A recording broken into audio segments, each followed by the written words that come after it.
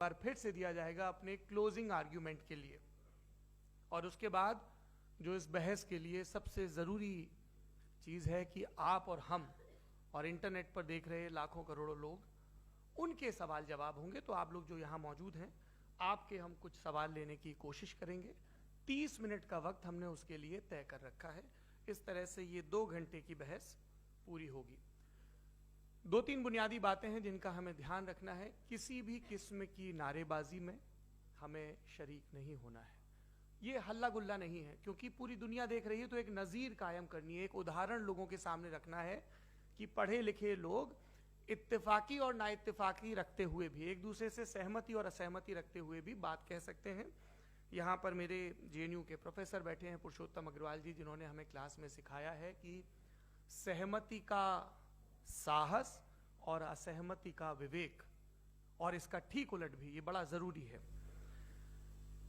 दूसरी बात, ये किसी एक धर्म के बारे में बहस नहीं है, ये बात सबको स्पष्ट होनी चाहिए। किसी धर्म को महान बताने या किसी धर्म को कमतर बताने की ये बहस नहीं है।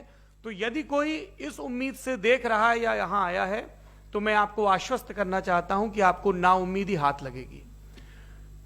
इस बहस में बहुत ज्यादा धार्मिक प्रतीकों के इस्तेमाल को लेकर भी ये दोनों लोग जो अभी आपको गंभीर दिख रहे हैं, भले लोग हैं, कल शाम को चाय पर मिले थे, बहुत हंसी मजाक भी इनके बीच हुआ था, और गलबैयां डालते हुए एक तस्वीर भी हुई थी। ये इस बात का प्रमाण है कि इंटरनेट पर जो हल्ला मचा हुआ है उसके मुकाबले ये दोनों लोग बहुत ही अच्छे शांत ढंग से बहस के लिए राजी हो गए हैं। ट्विटर की बातें ट्विटर तक सीमित, एलन मस्क आजकल उसको एक्स कहते हैं। और अब इस बहस की शुरुआत मैं इन विद्वानों का, हालांकि इनको परिचय की जरूरत नहीं, पर हो सकता है, हमें पत्रकारिता में सिखाया जाता है कि नेवर अज्यूम, विज्ञान भी यही कहता है। मुफ्ती शमाइल नदवी साहब इस्लामिक विद्वान, शिक्षाविद हैं, कोलकाता के वाहियान फाउंडेशन के संस्थापक हैं, लखनऊ की प्रतिष्ठित दारुल उलूम नदवतुल उलमा से ग्रेजुएशन किया है, सोशल मीडिया और सार्वजनिक मंचों पर अध्यापन और बौद्धिक कामों में सक्रिय हैं, और इस समय इंटरनेशनल इस्लामिक यूनिवर्सिटी मलेशिया से PhD कर रहे हैं। अच्छी बात यह है कि पढ़ाई के साथ साथ ट्रैवल ब्लॉग भी बनाते हैं। पेट्रोनस टावर के सामने का ब्लॉग हमने देखा। हमारे साथ जावेद अख्तर साहब हैं। जावेद अख्तर साहब कवि हैं, शायर हैं, गद्य भी लिखते हैं, फिल्मों के लिए संवाद लिखे हैं, गीत लिखे हैं। इससे इतर ये वैज्ञानिक सोच को लेकर या अपने डिक्लेयर्ड एथिज्म को लेकर भी मुखर रहते हैं और अपने तहीं रैशनैलिटी की बात करते हैं। देवियों और सज्जनों, डज गॉड एग्जिस्ट?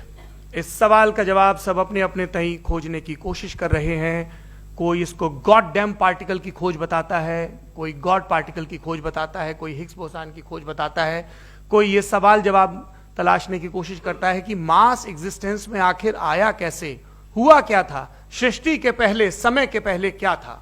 और कोई ये कहता है कि ये सारी खोजें जिस मस्तिष्क में हो रही हैं प्रकृति के क्रम में, वो कैसे विकसित हुआ। मैं उम्मीद करता हूं कि हम आज इन बुनियादी सवालों के कुछ जवाब हासिल करने में कामयाब हों। मैं सबसे पहले मंच पर आमंत्रित कर रहा हूं मुफ्ती शमाइल नदवी साहब को। आइए सर।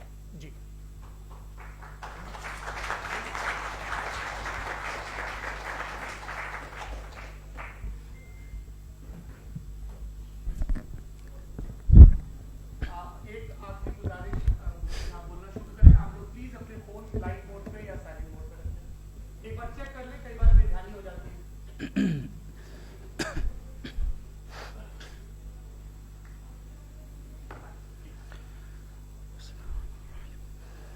तमाम तारीफ़ें उस क्रिएटर के लिए जिसने इस यूनिवर्स को एक मकसद के तहत पैदा किया है।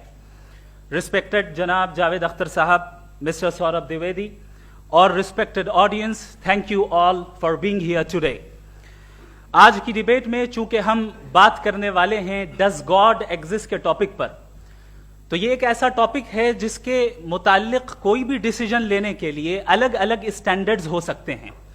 लिहाजा डिबेट के शुरू में यह जरूरी है कि हम ये जान लें कि आज के इस टॉपिक में कौन सा स्टैंडर्ड सही होगा और कौन सा गलत होगा।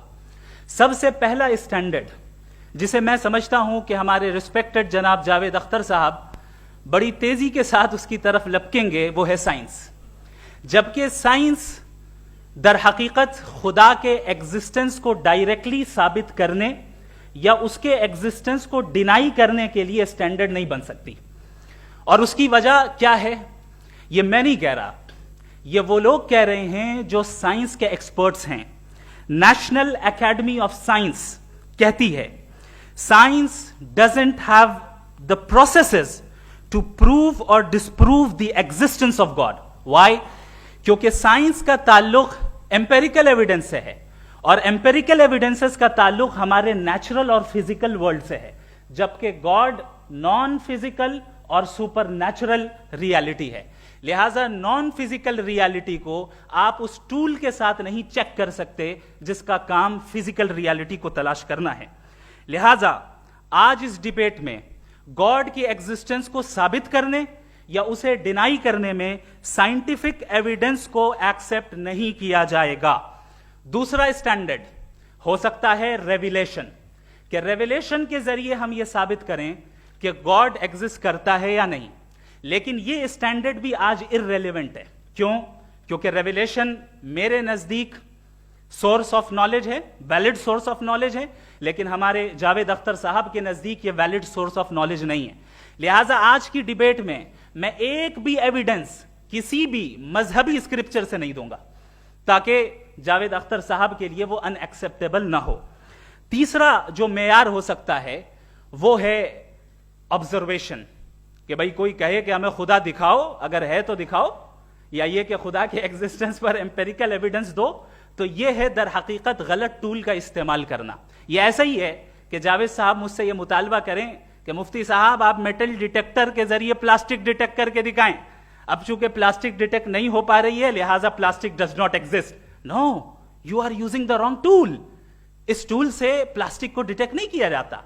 लिहाजा मैं समझता हूं कि गॉड के एग्जिस्टेंस पर एम्पेरिकल एविडेंस का मुतालबा करना एक बचकाना मुतालबा है और हमारे रिस्पेक्टेड जनाब जावेद अख्तर साहब इस स्टेज से अब बहुत आगे निकल चुके हैं। अब बचता है एक ही स्टैंडर्ड, और वो स्टैंडर्ड है अक्ल, लॉजिक, रीजनिंग।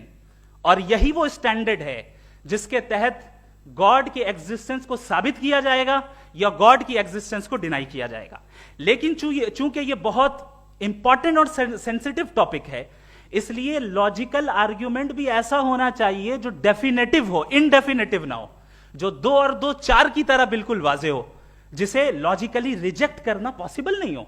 फॉर एग्जाम्पल हम कहें हमारे रिस्पेक्टेड मिस्टर सौरभ साहब ये एक इंसान है और तमाम इंसान कॉन्शियस बीइंग है, लिहाजा नतीजा क्या निकला, हमारे सौरभ साहब भी कॉन्शियस बीइंग है।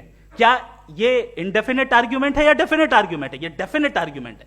ये 2 और 2 की तरह वाजे है, इसमें किसी तरह जो है लॉजिकली इसको रिजेक्ट नहीं किया जा सकता। तो अगर आज हमारे जावेद अख्तर साहब ऐसी कोई अकली दलील और लॉजिकल एविडेंस दें खुदा के ना होने पर जो डेफिनेट भी हो, तो मैं ये ऐलान करता हूं कि यकीनन मैं उस एविडेंस को कबूल करूंगा और उस पर गौर करूंगा। लेकिन साथ में यह भी ऐलान कर देता हूं प्रेडिक्शन के तौर पर कि ऐसा कोई डेफिनेट आर्ग्यूमेंट कोई नहीं पेश कर सकता।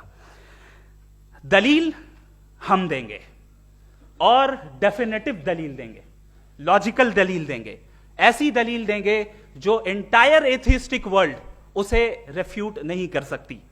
चलें अब हम एक एग्जाम्पल सोचते हैं, एक सिनेरियो, सिंपल सिनेरियो, तमाम ऑडियंस से गुजारिश है, हम और आप एक आइसोलेटेड आइलैंड पर हैं, ऐसा आइलैंड जहां पे हमसे पहले कोई कभी नहीं गया। चलते चलते आपके सामने अचानक आपने देखा एक पिंक कलर की बॉल पड़ी हुई है। सबसे पहला सवाल आपके जहन में क्या आएगा कि ये बॉल यहां क्यों आई, कैसे आई, ये पिंक कलर की ही क्यों है, कोई और कलर भी हो सकता था, ये इसी शेप में क्यों है, कोई और शेप भी हो सकता था। नेचुरली आप इस तरफ पहुंचेंगे कि कोई ना कोई है जिसने इन स्पेसिफिक प्रॉपर्टीज के साथ इस बॉल को बनाया है और यहां पे रखा है। चूंकि आप जानते हैं कि ये जो बॉल है इसका एग्जिस्ट करना जरूरी नहीं है, ये एग्जिस्ट कर भी सकती थी, नहीं भी कर सकती थी, और एग्जिस्ट करना ही था तो किसी और फॉर्म में करती, किसी और कलर में करती। अब आप इस बॉल को एक्सपैंड करते चले जाएं, एक्सपैंड करते चले जाएं, एक्सपैंड करते चले जाएं, यहां तक कि ये बॉल यूनिवर्स के साइज की हो जाए। बताइए कि क्या साइज के बढ़ जाने से सवाल बदल जाएगा? हरगिज नहीं बदलेगा। अभी भी सवाल रहेगा, ये यूनिवर्स कहां से आया, इन स्पेसिफिक प्रॉपर्टीज के साथ कहां से आया, क्यों आया, किसने बनाया, यह सवाल उस वक्त भी वैलिड रहेगा। लेकिन यह सवाल अगर हम जनाब जावेद अख्तर साहब से करें तो चूंकि इनका वर्ल्ड व्यू एथिस्टिक है, और सिर्फ इनका नहीं, मतलब जितने भी एथिस्ट हैं और एथिस्टिक वर्ल्ड व्यू को रखने वाले से अगर आप ये सवाल करें कि ये यूनिवर्स कहां से आया, तो इनका जवाब या तो आर्ग्यूमेंट फ्रॉम इग्नोरेंस होगा या डॉगमेटिक होगा।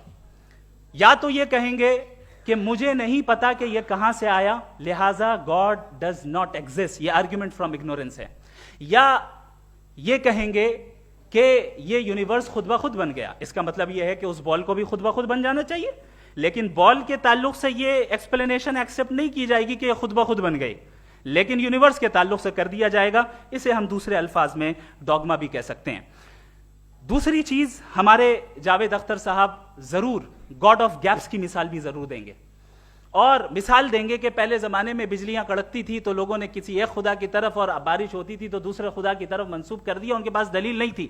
यह हमारा वर्ल्ड व्यू है ही नहीं, यह हमारा वर्ल्ड व्यू है ही नहीं, क्योंकि नेचुरल फेनोमेना के प्रोसेस की इंटरप्रिटेशन को जान लेने से यह कहां से साबित हो गया कि गॉड एग्जिस्ट नहीं करता है। इस पर मैं इंशाअल्लाह अभी आगे बात करूंगा। आप हजरात ये भी देखेंगे, और मैं ये एक्सपेक्ट करता हूं कि हमारे रिस्पेक्टेड जनाब जावेद अख्तर साहब जरूर इमोशनल आर्ग्यूमेंट्स भी देंगे, जो कि एक लॉजिकल फेलेसी है जब बात आती है ट्रुथ को डिसाइड करने में। क्यों? मिसाल के तौर पर वो कहेंगे कि अगर गॉड है तो ईविल क्यों एग्जिस्ट करता है, जबकि मैं कहता हूं ईविल का एग्जिस्ट करना गॉड के एग्जिस्ट करने की दलील है, उसके खिलाफ नहीं है। चूंकि अगर गॉड है तो हम सब उसके सामने अकाउंटेबल हैं, और अगर हम अकाउंटेबल हैं तो अकाउंटेबिलिटी के लिए ईविल का मौजूद होना जरूरी है, उसके बगैर हम अकाउंटेबल नहीं हो सकते। और अगर हम अकाउंटेबल नहीं हैं तो हम जनाब जावेद अख्तर साहब से पूछेंगे कि आप बताएं कि फिर सफरिंग इस दुनिया में क्यों है? अगर खुदा नहीं है तो सफरिंग क्यों है? और उन लोगों के जज्बे का क्या जिनके अंदर सफरिंग के बाद इंतकाम लेने का जज्बा पाया जाता है और वो इस दुनिया से ऐसे ही चले गए, क्या उनकी सारी तकलीफें बेकार चली जाएंगी? अब आ जाएं उसी एग्जाम्पल की तरफ कि बॉल, मुझसे अगर कोई पूछे इस बॉल को किसने बनाया, और या इस एक्सपेंडेड बॉल को किसने बनाया, मैं कहूंगा कि चूंकि ये यूनिवर्स और इस यूनिवर्स की तमाम चीजें कॉन्टिंजेंट हैं। कॉन्टिंजेंट होने का मतलब ये होता है कि जो अपने एग्जिस्टेंस पे किसी के ऊपर डिपेंड करती हो, तो जाहिर है ये यूनिवर्स कॉन्टिंजेंट है। और अगर कोई चीज कॉन्टिंजेंट नहीं है तो मैं रिक्वेस्ट करूंगा कि मुझे दिखा दें कि कौन सी चीज यूनिवर्स में कॉन्टिंजेंट नहीं है, हम भी जरा गौर कर लें और हम भी देख लें। और जब कॉन्टिंजेंट चीजें मौजूद हैं तो फिलोसोफर्स की इस्तिलाह के मुताबिक, हम उस टर्मिनोलॉजी के मुताबिक हम उस जगह तक पहुंचते हैं और उस हस्ती तक पहुंचते हैं जिसे नेसेसरी बीइंग कहा जाता है, कि ये वो नेसेसरी बीइंग है जिसका मौजूद ना होना नामुमकिन हो। क्योंकि अगर ये मौजूद ना हो तो सारी चीजें एग्जिस्टेंस में आएंगी ही नहीं, और ये सारी कॉन्टिंजेंट चीजें उसी के ऊपर डिपेंड करती हैं। अब अगर आप ये सवाल करते हैं कि फिर उस हस्ती को किसने बनाया, फिर उसका कॉज क्या है, फिर उसका कॉज क्या है, फिर उसका कॉज क्या है, और एंडलेसली चले जाएं, इसे हम कहते हैं इन्फिनिट रीग्रेस ऑफ कॉजेस, जो कि लॉजिकल फेलेसी है। कॉन्सेप्चुअली इंफिनिटी पॉसिबल है। मिसाल के तौर पे न्यूमेरिकल्स 1 2 3 गिनते चले जाएं, इन्फिनिट नंबर्स हैं। मैं कॉन्सेप्चुअली बात नहीं कर रहा, प्रैक्टिकली रियलिटी में साबित करके दिखाएं कि infinite regress of causes possible हैं या नहीं। अगर पॉसिबल हैं तो हम मान लेंगे, मिसाल दे दें, और पॉसिबल नहीं है तो एक ही ऑप्शन बचता है जिसे हम कहते हैं नेसेसरी बीइंग। ऐसी नेसेसरी बीइंग जो इंडिपेंडेंट है, क्योंकि अगर वो डिपेंडेंट हुई तो वो नेसेसरी नहीं रहेगी। ऐसी इंडिपेंडेंट बीइंग जो इटर्नल है, अगर वो इटर्नल नहीं होगी, उसकी बिगिनिंग होगी तो वो खुद कॉन्टिंजेंट है। ऐसी बीइंग जो पावरफुल है, क्योंकि कॉन्टिंजेंट को एक्चुअलाइज करने के लिए पावर चाहिए। ऐसी बीइंग जो इंटेलिजेंट है और नॉलेजेबल है, क्योंकि ये यूनिवर्स स्पेसिफिक फॉर्म और स्पेसिफिक लॉज ऑफ नेचर के तहत प्रिसाइजली चल रहा है। थैंक यू मुफ्ती साहब। मैं इन दलीलों के बाद जावेद अख्तर साहब से गुजारिश करूंगा, आप बैठ के बोलना चाहेंगे या वहां? जी।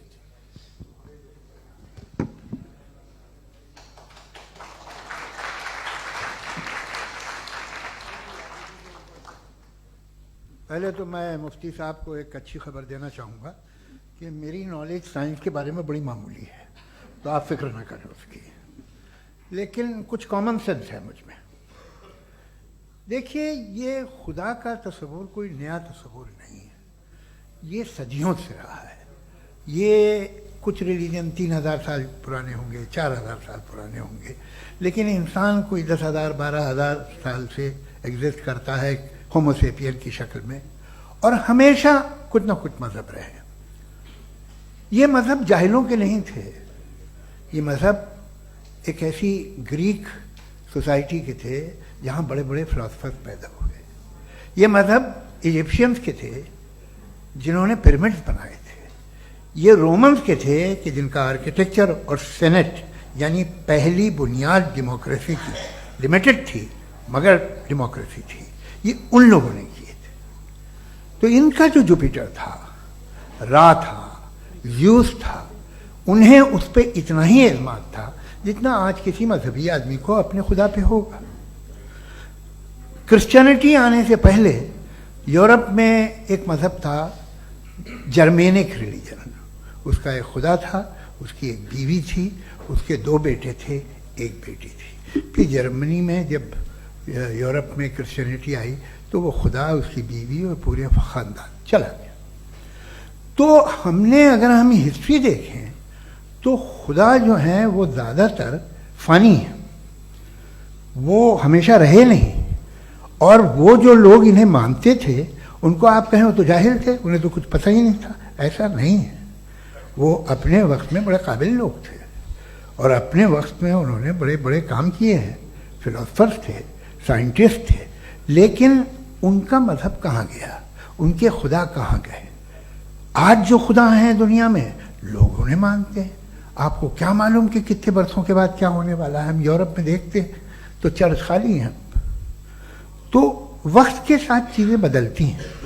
जहाँ तक इसका ताल्लुक है मजहबों का, हर मजहब आपसे एक चीज़ मांगता है, फेथ। ये फेथ क्या चीज़ होती है? What is the difference between faith and belief? ये तो बहुत ही अहमखाना बात होगी कि कोई आदमी कहे साहब अगर खुदा है तो मुझे दिखाइए। ये तो जाहिलाना बात हुई।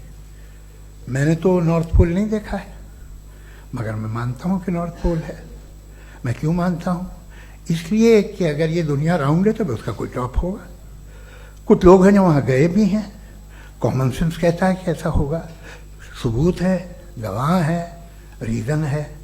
तो ये मेरा फेथ नहीं है। तो फेथ में और बिलीफ में डिफरेंस क्या है? जो मजहब मांगता है आपसे, हर मजहब फेथ मांगता है।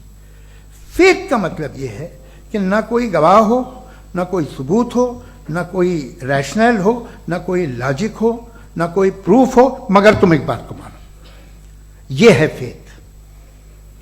वरना बिलीफ होता। अगर इसमें कुछ भी सबूत होते, गवाह होते, तो फिर इसे आप बिलीफ कहते। जैसे मेरा बिलीफ है कि नॉर्थ पोल है, मेरा फेथ थोड़ी है।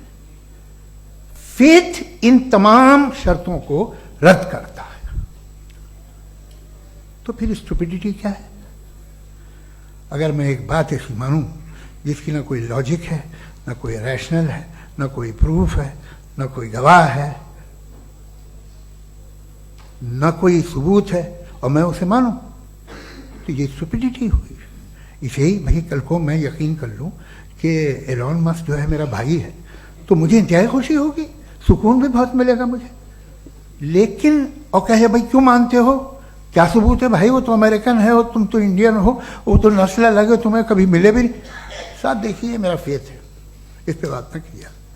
फेथ का मतलब ही यह है कि आप प्रूव नहीं कर सकते। अगर आप प्रूव कर सकते हो तो फेथ की जरूरत ही नहीं, फिर तो आप बात करेंगे, आप कितनी बहस कर लीजिए। अल्टीमेटली दुनिया का हर मजहब फेथ पे टिका है, और फेथ का मतलब है एक ऐसा यकीन जिसका कोई सबूत, कोई गवाह, कोई रैशनल नहीं। अब आप ये कहें, क्या आप ये क्यों कह रहे हैं कि साहब ये कायनात किसने बनाई? कमाल ये है कि आपने बताया कि एक आइलैंड पे गए और एक बॉल देखी। आपने ये नहीं कहा कि आइलैंड किसने बनाया, आपको सिर्फ बॉल पे हैरत हुई। हमने आइलैंड पे हमने हैरत नहीं की, होते हैं आइलैंड। इसी तरह ये आइलैंड है, सितारे, ये गैलेक्सीज, ये सब आइलैंड हैं, खला में।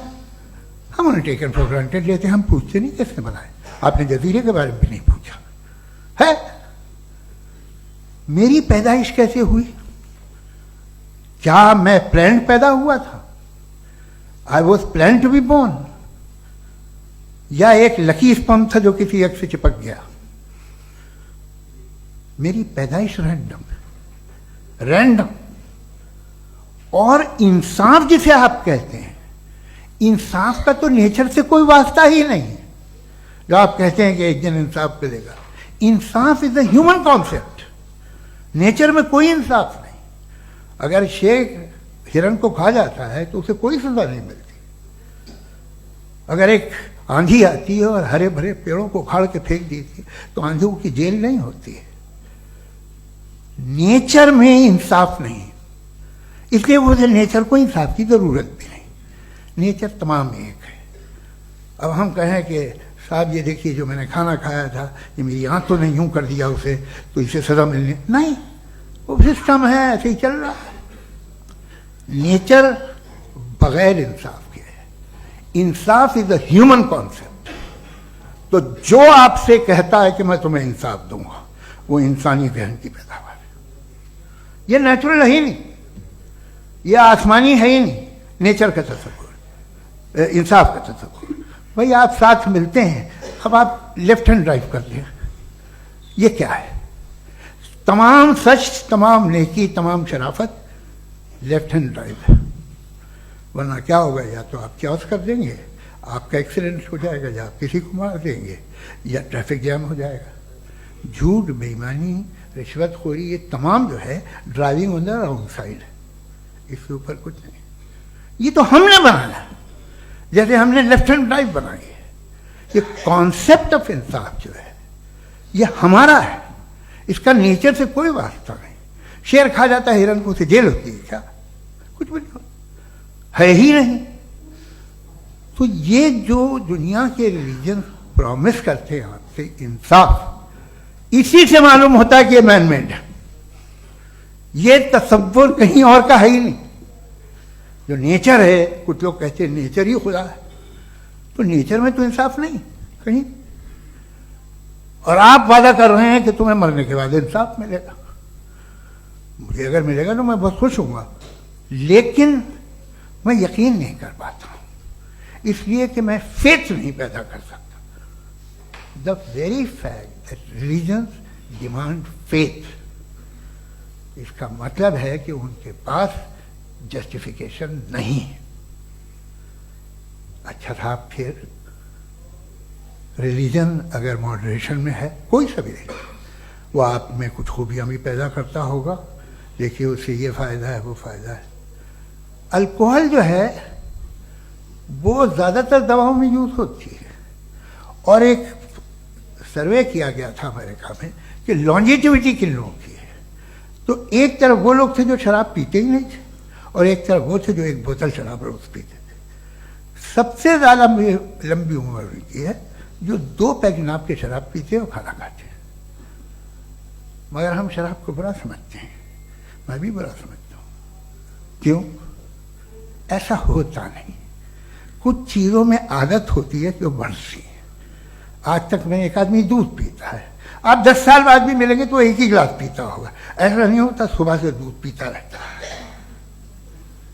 मिल्कोहलिक मैंने नहीं देखे, अल्कोहलिक होते हैं। ये टेंडेंसी है मजहब की कि वो बढ़ता है, जैसे कैंसर बढ़ता है, जैसे शराब बढ़ती है। कुछ लोग होंगे जो उसे सही तरह से यूज करते हैं। मुझे यकीन है कि हमारे मुफ्ती साहब भी उनमें से एक हैं, इनसे बहुत खुशी हुई मुझे इनसे मिलकर। लेकिन कितने लोग हैं कि आज आप देखते हैं दुनिया में जो तबाहियां हैं, इनमें कितना हाथ है उन लोगों का जो बिलीवर कहते था मजहब ये नहीं कहता, ना कहता होगा, मगर जब ये मजहब पीते हैं तो ऐसे बिहेव करते हैं। थोड़ा सा अगर हो तो शायद बहुत अच्छी बात, लेकिन शराब थोड़ी सी नहीं रहती, उसमें टेंडेंसी है पहले। थोड़ा सा अगर 2-3 कैंसर के सेल हो ना बॉडी में तो आदमी सिम रहेगा, लेकिन वो 2-3 सेल नहीं रहते, वो मल्टीप्लाई होते हैं। जावेद साहब, टाइम पूरा हो गया। टाइम हो गया, तो बस बात खत्म हो गई। अच्छा, मुझे कुछ और कहने को था भी नहीं। जी, मैं पहले जवाबी दौर के लिए इनवाइट कर रहा हूं मुफ्ती साहब को। Your rebuttal round 1, you have 7 minutes।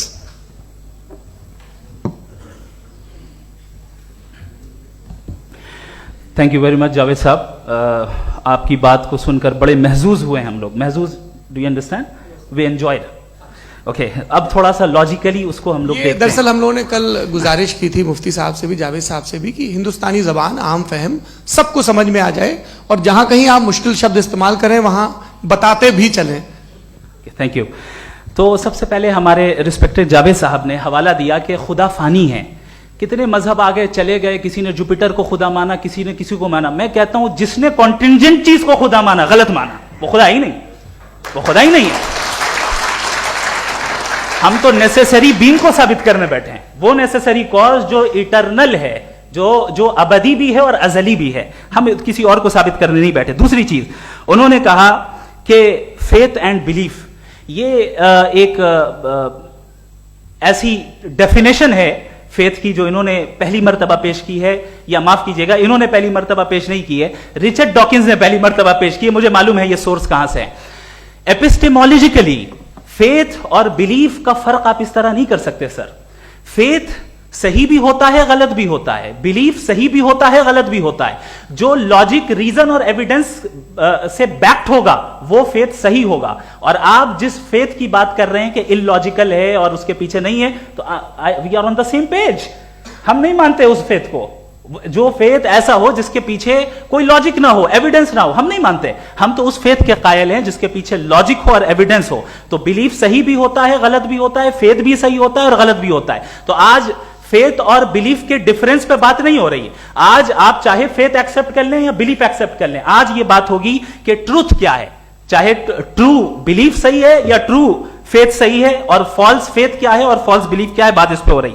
दूसरी चीज इन्होंने पूछा स्टुपिडिटी फिर क्या है। अगर फेथ रिलीजन स्टुपिडिटी नहीं है तो और क्या है? चूंकि फेथ का मुतालबा करते हैं तो स्टुपिडिटी क्या है? मैं कहता हूं स्टुपिडिटी एथिज्म है। उसकी वजह यह है कि आप एक सड़क पे जा रहे हो और आप किसी गार्डन में जाएं और देखें वहां लिखा है फूलों के साथ I love Javed Akhtar, and I really do, I love you sir. So जब आप वहां पर पहुंचे तो वहां पहुंचकर अब ये बताएं, क्या आप ये कहेंगे वाह व्हाट अ नेचुरल सिलेक्शन? ये क्या नेचुरल सिलेक्शन है? नहीं, ये प्रिसाइजली डिजाइंड है, इसके पीछे डिजाइनर है। लिहाजा अगर कोई एक ऐसी कॉमन सेंस की बात को कबूल नहीं कर रहा है कि यूनिवर्स जो इतने प्रिसाइजली काम कर रहा है, हम कह दें कि खुद ब खुद बन गई, मैं समझता हूं इससे बड़ी स्टुपिडिटी और कुछ नहीं है। ये रैशनल चीज है। फिर हमारे सर ने कहा कि आपने बॉल पे फोकस किया, आइलैंड पे फोकस नहीं किया। अरे आइलैंड को किसने बनाया यही समझाने के लिए तो बॉल की मिसाल दे रहा हूं। और बॉल भी कॉन्टिंजेंट है, आइलैंड भी कॉन्टिंजेंट है, दोनों नेसेसरी बीइंग का मुतालबा करते हैं। आगे इन्होंने कहा कि नेचर में कोई इंसाफ नहीं है। हम डिसाइड करते हैं कि मोरालिटी क्या होती है, इंसाफ क्या होता है। हम डिसाइड करते हैं, जैसे ड्राइविंग सीट में ट्रैफिक वाला, ये तो किसी खुदा ने नहीं कहा, ये है, इसे कहते हैं फॉल्स इक्विवेलेंस। ये एक लॉजिकल फेलेसी है। आपने जो है मिसाल दी ड्राइविंग की और ट्रैफिक की, ये सब्जेक्टिव मोरालिटी है। आप सब्जेक्टिव मोरालिटी को मिसाल बनाकर ऑब्जेक्टिव मोरालिटी के ऊपर नहीं थोप सकते। इंसाफ की ऑब्जेक्टिव मोरालिटी। अगर आप ये कहते हैं कि नेचर में इंसाफ नहीं है, तो इंसाफ का न होना ये नेचुरल हुआ, तो फिर नेचर को नेचर रहने दे। क्यों हम इतना स्ट्राइव कर रहे हैं दुनिया में इंसाफ लाने के लिए? ये तो इलॉजिकल बात है, इरैशनल बात है। इसलिए बहुत सी चीजें ऐसी हैं जो ऑब्जेक्टिवली जो है इविल या गुड हैं, और बहुत सी चीजें ऐसी हैं जो सब्जेक्टिवली हैं। सब्जेक्टिवली जो मोरल होता है या इमोरल होता है, उसको हम सोशल कंसेंसस से या पर्सनल प्रेफरेंस से डिसाइड करते हैं। लेकिन जो ऑब्जेक्टिव मोरालिटी है, जिसमें इंसाफ आया, जो इन्होंने बार बार रिपीट किया, ये ऑब्जेक्टिव है, सब्जेक्टिव नहीं है। अगर आप कहते हैं ये सब्जेक्टिव है, तो मेरा सवाल आपसे यह है, क्या सोशल कंसेंसस के जरिए अगर जुल्म को सही करार दे दिया जाएगा तो आप जुल्म को जस्टिफाई करेंगे? दूसरी चीज इन्होंने यह कहा कि 2 पैक शराब पी लें तो वो उतने पे नहीं रहता, बढ़ जाता है। यही मामला मजहब के साथ है। 2 पैक आप पी लें, बढ़ेगा। तो ये एक ऐसी मिसाल है, इसको कहीं भी फिट कर लें कि आप एथिज्म पे जब फिट करें, जब आप 2 पैक एथिज्म का लेंगे ना, तो वो बढ़ बढ़ के नॉर्थ कोरिया बनेगा। Thank you.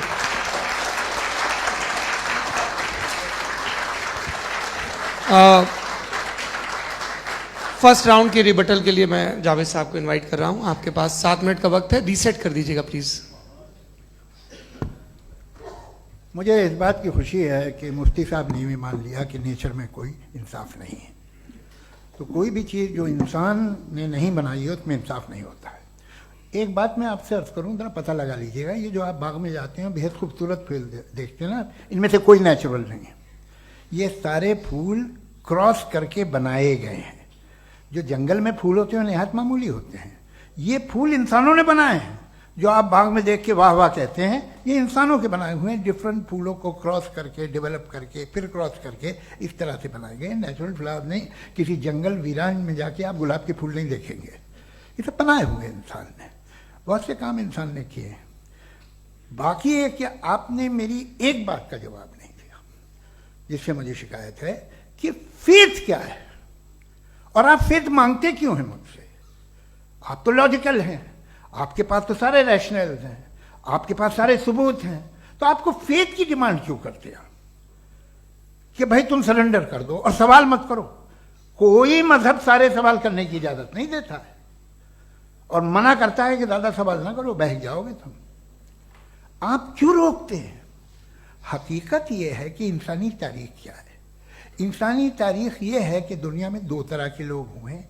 एक वो जिन्होंने अपनी लाइल्मी की परस्तिश की है, दूसरे वो जिन्होंने अपनी इग्नोरेंस या लाइल्मी से झगड़ा किया है और मालूम किया है कि क्या है। ये जो आप कह रहे हैं, आज आप हैरान हैं कि भाई ये यूनिवर्स कैसे बनी। लोग हैरान थे कि सूरज डूबता है तो इधर से कैसे निकलता। और आप एक कदम जाके हमेशा का मानने को तैयार है, एक कदम पीछे ही मान जाइए। भाई आप इसके बाद जाते हो, कहते सवाल ना करना कि ये कहां से आया, ये पावर तो हमेशा से हमेशा रहेगी।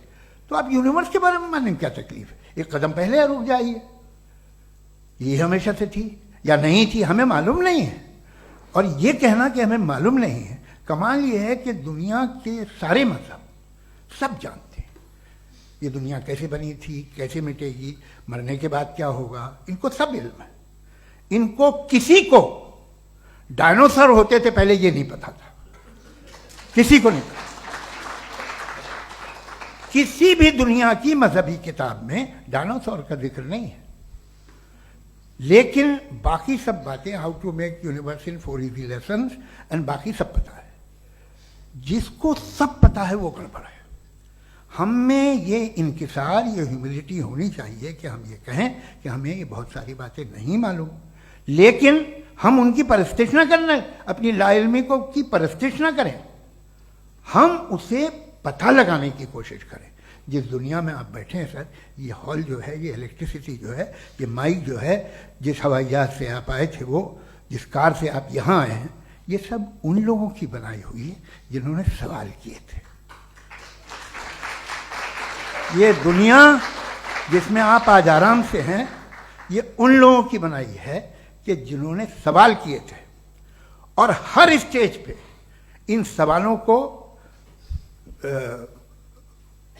मकरूह कहा गया था, गलत कहा गया था। आप जरा तारीख पढ़िए, एक बड़ी दिलचस्प किताब है बर्ट्रैंड रसेल की, जिसमें उसने रिलीजन एंड साइंस कि कब से रिलीजन जो है साइंस के अगेंस्ट है। और हद तो यह है कि भाप के इंजन के खिलाफ थे, स्टीम इंजन के भी खिलाफ थे, और फतवे हुए उन पे, वेटिकन ने दिए। तो ये हमेशा, अभी जैसे ही ये राइट विंगर आते हैं अमेरिका में पावर में, तो वो जो अपना ये क्या बोलते हैं उसे, सीड क्या वर्ड है, सीड क्या जो, हाँ नहीं सीड जो होते हैं जिन पे जी नहीं भाई, वो जो ह्यूमन बॉडी के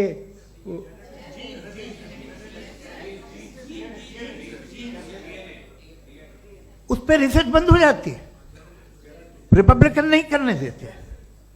अरे भाई इतना डर क्या है तुम्हें? एक जमाने में बहुत नाराज थे ये सारे मजहबी लोग कि ये इंसान तो इंसान बनाने की कोशिश कर रहा है। आपको क्या तकलीफ भाई, बना ले तो बना लेने दो, ये खौफ क्या है? और ये सब आज जो आप कह रहे हैं नामुमकिन है, ये कैसे हुआ? मुझे एक किस्सा याद आता है। जब मैं छठी क्लास में था तो मैं मैथमेटिक्स में बहुत वीक था, तो एक टीचर रख दिया गया, उसने 1 2 3 4 5 6 7 को सिखा दिया मुझे। वो दिन मैं भूल नहीं सकता हूँ मुफ्ती साहब, जिस दिन उसने ये बताया कि 1/2 क्या होता है और 3/4 क्या होता है, मुझे ऐसा लगा कि मेरा सर बीच से फट जाएगा। ये आदमी कह रहा है कि जो दीवार के अंदर जाओ वॉक करते हुए। आज हंसता हूँ मैं इस बात पे। तो आज जो बातें आपके जहन से बिल्कुल परे हैं और आप हैरान होते हो उन्हें देख के, एक वक्त आएगा कि मामूली लगेंगे। और हुआ है, आपकी इंसानी तारीख ही है। इतनी जल्दी सारे फैसले आप मत कर लीजिए, थोड़ा ये ह्यूमिलिटी रखिए कि भाई ये हमें नहीं मालूम। ये कहने में क्या आ रहा है? ये यूनिवर्स कहाँ तक फैली, ये कब से है और कब तक रहेगी, हमें नहीं मालूम। आपने फैसला कर लिया कब बनी। ये आपके हिसाब से कोई 14 बिलियन ईयर बनी जो समझा जाता है। उससे पहले हजारों करोड़ों अरबों साल तक खुदा बैठा क्या कर रहा था? खामोश बैठा था, ऐसी जमाइयाँ ले रहा था। फिर उसे आइडिया है, यार एक काम करते, वक्त अच्छा गुजर जाएगा, यूनिवर्स पर आपसे सोचिए। वो तो हमेशा से है ना, मगर यूनिवर्स हमेशा से नहीं है, ये तो बनाई गई है। और उससे पहले क्या था, इनका क्या काम था? कैसी बात है, ये बड़ा आसान है। जो बात हमें आज धीरे धीरे पता चली है, बरसों 2000 और 2500 साल पहले आपको किसी ने बता दिया कि क्या था, आप मान गए, और तब से वही मान रहे हैं जो 2500 साल पहले कहा गया था। सब कुछ बदल गया है, सॉल्व हो रही हैं चीज़ें।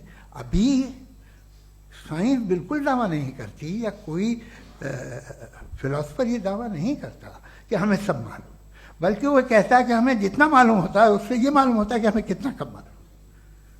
तो हम अपनी जहालत से लड़े, उसकी परस्तिश न करें। जी, टाइम है। Thank you so much. मैं तर्कों की श्रृंखला में राउंड 2 के लिए मुफ्ती साहब को आमंत्रित कर रहा हूं। आपके पास एक बार फिर से 7 मिनट का वक्त है। शुक्रिया। जनाब जावेद अख्तर साहब कई मर्तबा दोहरा रहे हैं कि फेथ का मतलब बताइए, फेथ का मतलब बताइए। मैंने बता दिया, फेथ सही भी होता है, गलत भी होता है। और आज हम फेथ पे बात नहीं कर रहे, हम ट्रुथ और डज गॉड एग्जिस्ट पे बात कर रहे हैं। क्या डज गॉड एग्जिस्ट, ये ट्रुथ यानी गॉड है या नहीं है, इसमें से दोनों ट्रुथ क्या है। अब आप उसे फेथ कह लें, बिलीफ कह लें, नॉट माई बिजनेस।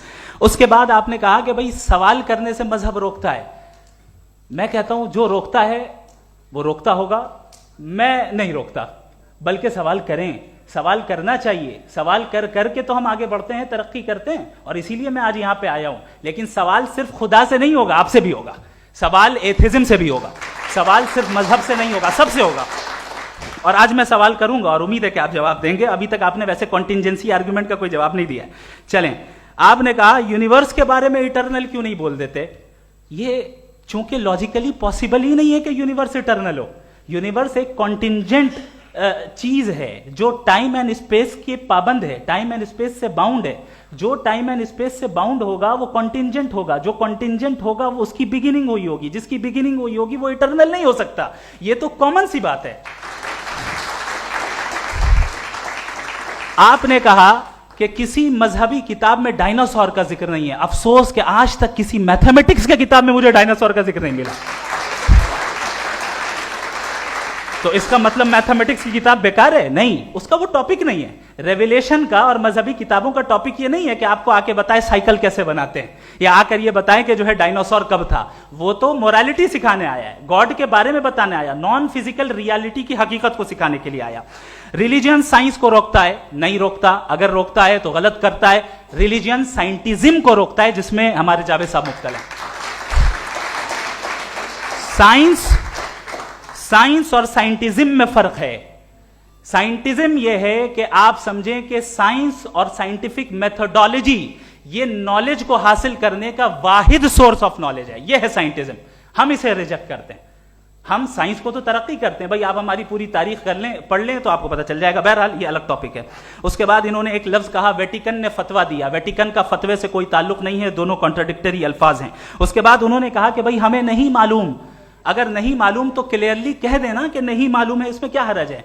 तो वही तो मैं कह रहा हूं ना कि आप कह दें कि नहीं मालूम, लेकिन क्लेम क्यों कर रहे हैं कि गॉड एग्जिस्ट नहीं कर रहा है? आप कह दें नहीं मालूम है, हो सकता है हो सकता ना हो, लेकिन आप क्लेम कर रहे हैं. The moment you say God does not exist, this is a claim, and now the burden of proof is upon you too, जैसे हमारे ऊपर है. और क्यों है मैं बताता हूं, क्यों है ये भी मैं बताता हूं. फिलोसॉफिकली जो क्लेम होता है ना, सिर्फ ये नहीं होता कि इंसान कहे पॉजिटिव क्लेम करे और नेगेटिव क्लेम करे तो बर्डन ऑफ प्रूफ नहीं है. आप मिसाल के तौर पे मैं कहूं कि फुला उस कमरे में कोई नहीं है, मैंने एक नॉलेज का क्लेम किया है. उस कमरे में कोई नहीं है, मैंने एक नॉलेज का क्लेम किया. या तो मैं कहूं मुझे नहीं पता, हो भी सकता है नहीं भी हो सकता है, this is not a claim. लेकिन जब मैं कह रहा हूं कि वहां कोई नहीं है, या मैं कह रहा हूं वहां कोई है, दोनों क्लेम है और दोनों के ऊपर बर्डन ऑफ प्रूफ है. हमारे ऊपर भी बर्डन ऑफ प्रूफ है, मैंने कंटिजेंसी आर्ग्यूमेंट दिया, इसे तोड़कर दिखाइए. आखिरी चीज, इन्होंने कहा कि खुदा दुनिया बनाने से पहले 150 साल पहले या करोड़ों साल पहले क्या कर रहा था. अरे हजरत, चलें बहरहाल मैं जवाब दे देता हूं. आप हमारे रिस्पेक्टेड पर्सनालिटी हैं, अगर आप नहीं होते तो मैं ऐसे एंटरटेन ही नहीं करता. टाइम, ये 100 साल पहले या 100 साल बाद, पहले बाद में अभी, ये वो अल्फाज हैं जिनका ताल्लुक टाइम से है. टाइम शुरू ही हुआ है यूनिवर्स की बिगिनिंग के बाद, तो उसके पहले खुदा क्या कर रहा था? सवाल इलॉजिकल है, ये फेलेसी है. यानी आप ये कह रहे हैं कि यूनिवर्स के बनने से पहले खुदा क्या कर रहा था? टाइम के बनने से पहले, पहले का ताल्लुक टाइम से, टाइम उस वक्त था ही नहीं, तो ये सवाल ही इनवैलिड है खुदा के ताल्लुक से.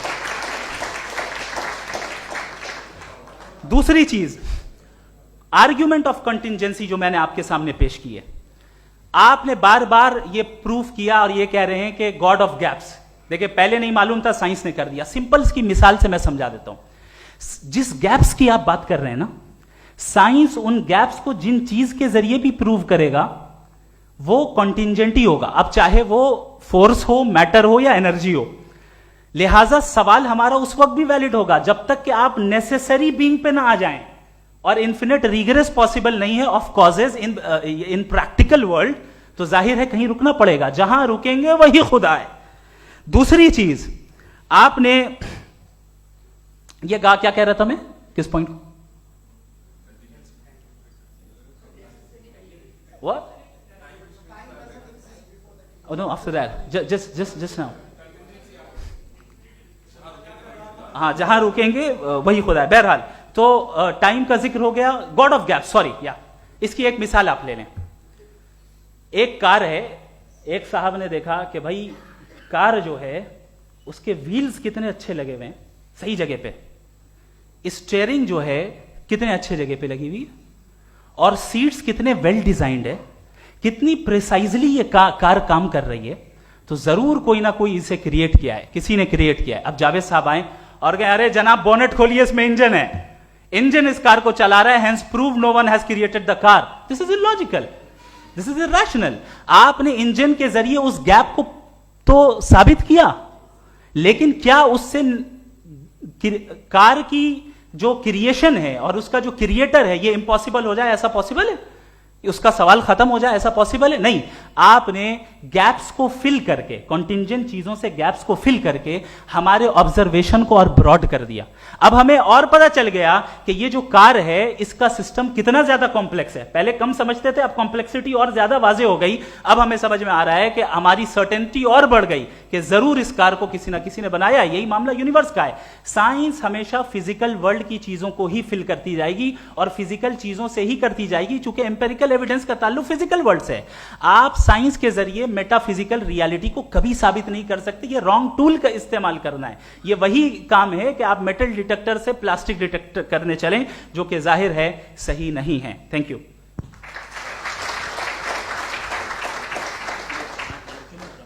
जी, ये आर्ग्यूमेंट का राउंड 2 है. हाँ. 7 मिनट है. पहले तो मैं आपसे अर्ज करूं कि आपने कहा कि जब कायनात ही नहीं थी तो वक्त भी नहीं था, कुछ भी नहीं था. कैसे नहीं था? खुदा था. एक एग्जिस्टेंस तो था ना खुदा का. तो जब खुदा था तो वक्त भी होगा. ऐसा नहीं है कि कुछ भी नहीं था, खुदा था. अच्छा, बाकी एक आपने कहा साहब आप साबित कीजिए, आपके पास भी लॉजिक है या मेरे पास भी लॉजिक है. मेरा जिम्मेदारी नहीं है साबित करना कि खुदा है. बर्टन रसल ने एक बड़ी अच्छी बात कही। बर्टन रसल ने एक बड़ी अच्छी बात कही। मैं आपसे अगर ये दावा करूं कि एक चाय की केतली मरीख के चारों तरफ घूम रही है, मार्स के चारों तरफ, तो ये आपका काम नहीं है कि आप साबित करें कि कोई चाय की केतली नहीं है। ये मेरा काम है, मैंने दावा किया है। ये दावा तो मजहबी लोग करते हैं कि खुदा है, मैं क्यों साबित करूं कि नहीं है? जब तक आप मुझे कन्विंस नहीं कर देंगे मैं नहीं मानूंगा। आपकी जिम्मेदारी है, मेरी जिम्मेदारी नहीं है। दोयम ये कि ये जो आप कह रहे हैं, जो गैप्स हैं, ये गैप जब जब किसी मजहब को चैलेंज करते हैं, जब ऐसा कोई बात आती है तो हंगामा हो जाता है कि जब वो चैलेंज करें किसी फेथ को। ये तमाम साइंस जो है इसे मुख्तलिफ जगहों पे मुख्तलिफ वक्तों में मजहब ने रोकने की कोशिश की है। ये किताब है religion and science, Burton Russell की, पढ़िएगा, अच्छी लगेगी आपको। तारीख ही है साइंस, मजहब की साइंस से उसका यही रिश्ता है। अच्छा, अब ये हम सोचें कि बहरहाल ये वजूद जो है मजहब और ये बिलीव इन गॉड इंसान को बेहतर बना देता है, तो एक काम कीजिए, हिंदुस्तान वर्ल्ड का नक्शा लीजिए और मार्क कीजिए कि रिलीजन कहाँ कहाँ ज़्यादा है, कहाँ कहाँ, चाहे वो लैटिन अमेरिका हो या मिडल ईस्ट हो या फार ईस्ट हो या हिंदुस्तान के वो इलाके जहाँ मजहबियत ज़्यादा है। रख दीजिए नक्शा अलग। अब दूसरा नक्शा कि कहाँ कहाँ नाइंसाफ़ी, रिप्रेशन, औरतों के हुकूक की पामाली, जुल्म, डिक्टेटरशिप कहाँ है, नक्शा एक ही होगा। तो आप मुझे बताएं कि जो इसका तरकीब इस्तेमाल क्या है, खुदा का तरकीब इस्तेमाल तो बताइए। आप छोटी सी दवा सड़क पे बेचते हैं, उसकी भी तरकीब इस्तेमाल बताते हैं। इसके इस्तेमाल से तो फायदे नहीं हुआ किसी को। जो सारे के सारे खराब मुल्क हैं, खराब समाज है, वो सारे जुल्म खुदा के नाम पे करते हैं। वो गलत करते हैं, सही करते हैं, मुझे क्या लेना देना उससे। इस्तेमाल से मालूम होता ना। एक विस्की की बोतल कभी शायद देखी हो आपने, लाल रंग की होती है, उस पर रोशनी और छपड़ा इंतहाई खूबसूरत लगती है, क्या बिगाड़ रही है किसी का? उसका इस्तेमाल गलत है, इसलिए आप उसे नापसंद करते हैं। इसका इस्तेमाल गलत है, इस तसव्वुर का इस्तेमाल ही गलत है और हमेशा से गलत हुआ है। आप देख लीजिए, इंसानी तारीख देख लीजिए, आज देख लीजिए, हिंदुस्तान देखिए, दुनिया देख लीजिए, क्या हो रहा है। इसे कैसे इस्तेमाल कर रहे हैं फेथ वाले लोग? क्या फेयर हैं, जस्ट हैं, जो अपने खुदाओं पे यकीन रखते हैं? वो किस तरह के लोग हैं? वो लोगों को इंसाफ देते हैं, वो बेहतर इंसान बने। तो इस दवा का फ़ायदा क्या है? चलो बहुत फ़ायदा हो रहा तो मैं इस्तेमाल कर लूँगा, मैं मुझे तो इस दवा का कोई फ़ायदा दिखता ही नहीं। मुझे तो ऐसा लगता, मैं एक और बात बताऊं, अगर कोई आदमी मजहबी है और अच्छा आदमी है तो मैं उसकी बहुत इज्जत करता हूँ, इसलिए कि मेरा ख्याल है मजहबी आदमी का अच्छा होना मुझसे अच्छा होने से ज़्यादा मुश्किल है। भाई हर चीज़ की एक लिमिट है। आप इतना भाग सकते हैं, इतना नहीं भाग सकते, इतना वजन उठा सकते, इतना नहीं उठा सकते, इतना दूर देख सकते हैं, इतना दूर नहीं देख सकते। उसी तरह कॉमन सेंस कहता है कि आप में नेकी का भी एक कोटा होगा। अब आप अगर सुबह जाते हैं अपनी इबादत गाह और इबादत करते हैं तो बाहर निकलते हैं तो आप तो यही महसूस करते हैं कि आपने एक बहुत अच्छा काम किया, आपकी नेकी का एक बहुत बड़ा कोटा खर्च हो गया जिससे किसी का कोई फ़ायदा नहीं हो। मैं तो नहीं जाता हूँ तो मुझे तो किसी को खाना खिलाना पड़ेगा, किसी बेवा की मदद करनी पड़ेगी। मैं अपना कोटा कैसे कंज्यूम करूं? आप अपना कोटा, सारे मजहबी लोग इंतहाई यूजलेस कामों में यूज करते हैं। उसके बाद भी अगर आप में बच्ची है थोड़ी सी शराफत, तो भाई वाह क्या बात है।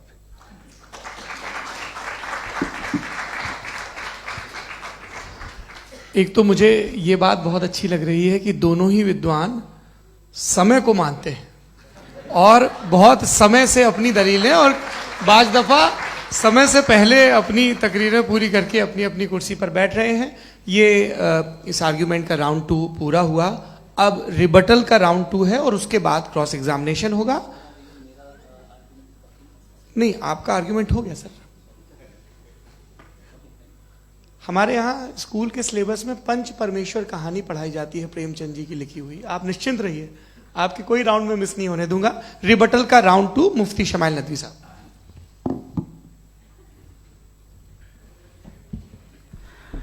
असल में जो हकीकी प्रॉब्लम है, असल प्रॉब्लम है, वो ये है कि जावेद साहब के पास कॉन्सेप्ट ऑफ गॉड क्लियर नहीं है। इन्होंने कहा कि कायनात से पहले खुदा तो था, तब भी तो टाइम होगा। ये टाइम कायनात का हिस्सा है। हम खुदा, उस खुदा को मानते हैं, नेसेसरी बीइंग का टाइमलेस होना जरूरी है, चूंकि वो टाइम का क्रिएटर है। जब उसने टाइम को क्रिएट किया तो वो खुद टाइम पे कैसे होगा? उसने जब स्पेस को क्रिएट किया तो खुद स्पेस में कैसे होगा? अगर वो टाइम एंड स्पेस को पहले से ही उसका पाबंद है तो फिर किस चीज को उसने क्रिएट किया? लिहाजा ये सवाल गलत है कि खुदा था तो टाइम होगा। बिल्कुल नहीं, टाइम के पाबंद हम है, खुदा नहीं है। हम फिजिकल वर्ल्ड से ताल्लुक रखते हैं, वो मेटाफिजिकल रियलिटी है। दूसरी चीज इन्होंने मिसाल दी कि चाय की केतली हवा में घूम रही होगी, और पता नहीं शायद वो बर्टन रसल का उन्होंने हवाला दिया। बहरहाल यही प्रॉब्लम है। प्रॉब्लम यही है कि हम चीजों के दरमियान डिफरेंशिएट नहीं कर पाते। ये जो आपने मिसाल दी ये इमेजिनेशन है, और मैं जो साबित कर रहा हूं वो लॉजिकल नेसेसिटी है। आप इमेजिन करने आए तो कुछ भी करें, जुपिटर में पिंक एलिफेंट होगा, यूनिकॉर्न होगा, करें, उससे कायनात पे क्या फर्क पड़ता है? उससे आप लॉजिकल नेसेसिटी साबित नहीं कर सकते। मैं तो उस प्राइम कॉज की बात कर रहा हूं, उस नेसेसरी बीइंग की बात कर रहा हूं जिसके बगैर इस कायनात का एग्जिस्टेंस मुमकिन नहीं है। दूसरी चीज, मजहब को साइंस चैलेंज करती है वगैरह वगैरह, ये हमारा टॉपिक ही नहीं है। मैं इस पे बात करूंगा तो फिर मेरा वक्त चला जाएगा। मजहब के ऊपर चूंकि हमारी डिस्कशन नहीं है, साइंस को मजहब और बिलखुसूस मैं और हमारा वर्ल्ड व्यू कम अज कम साइंस को पीछे नहीं करता है, साइंटिज्म की मजम्मत करता है। इसकी वजाहत मैंने पहले कर दी।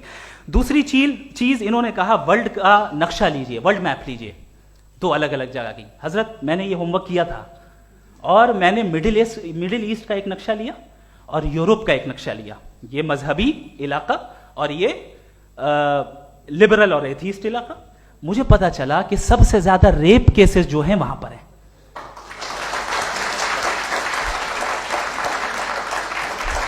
मुझे ये पता चला यूएन की रिपोर्ट के मुताबिक, मैं ये अपने घर से नहीं लेके आ रहा, कि जो वर्किंग वुमेन है यूरोपियन कंट्रीज में, उसमें 81% वुमेन सेक्सुअल हैरेसमेंट का वर्क में शुमार हो रही है। ये मिडिल ईस्ट में नहीं हो रहा है, वो मजहबी लोग हैं इसलिए नहीं हो रहा है।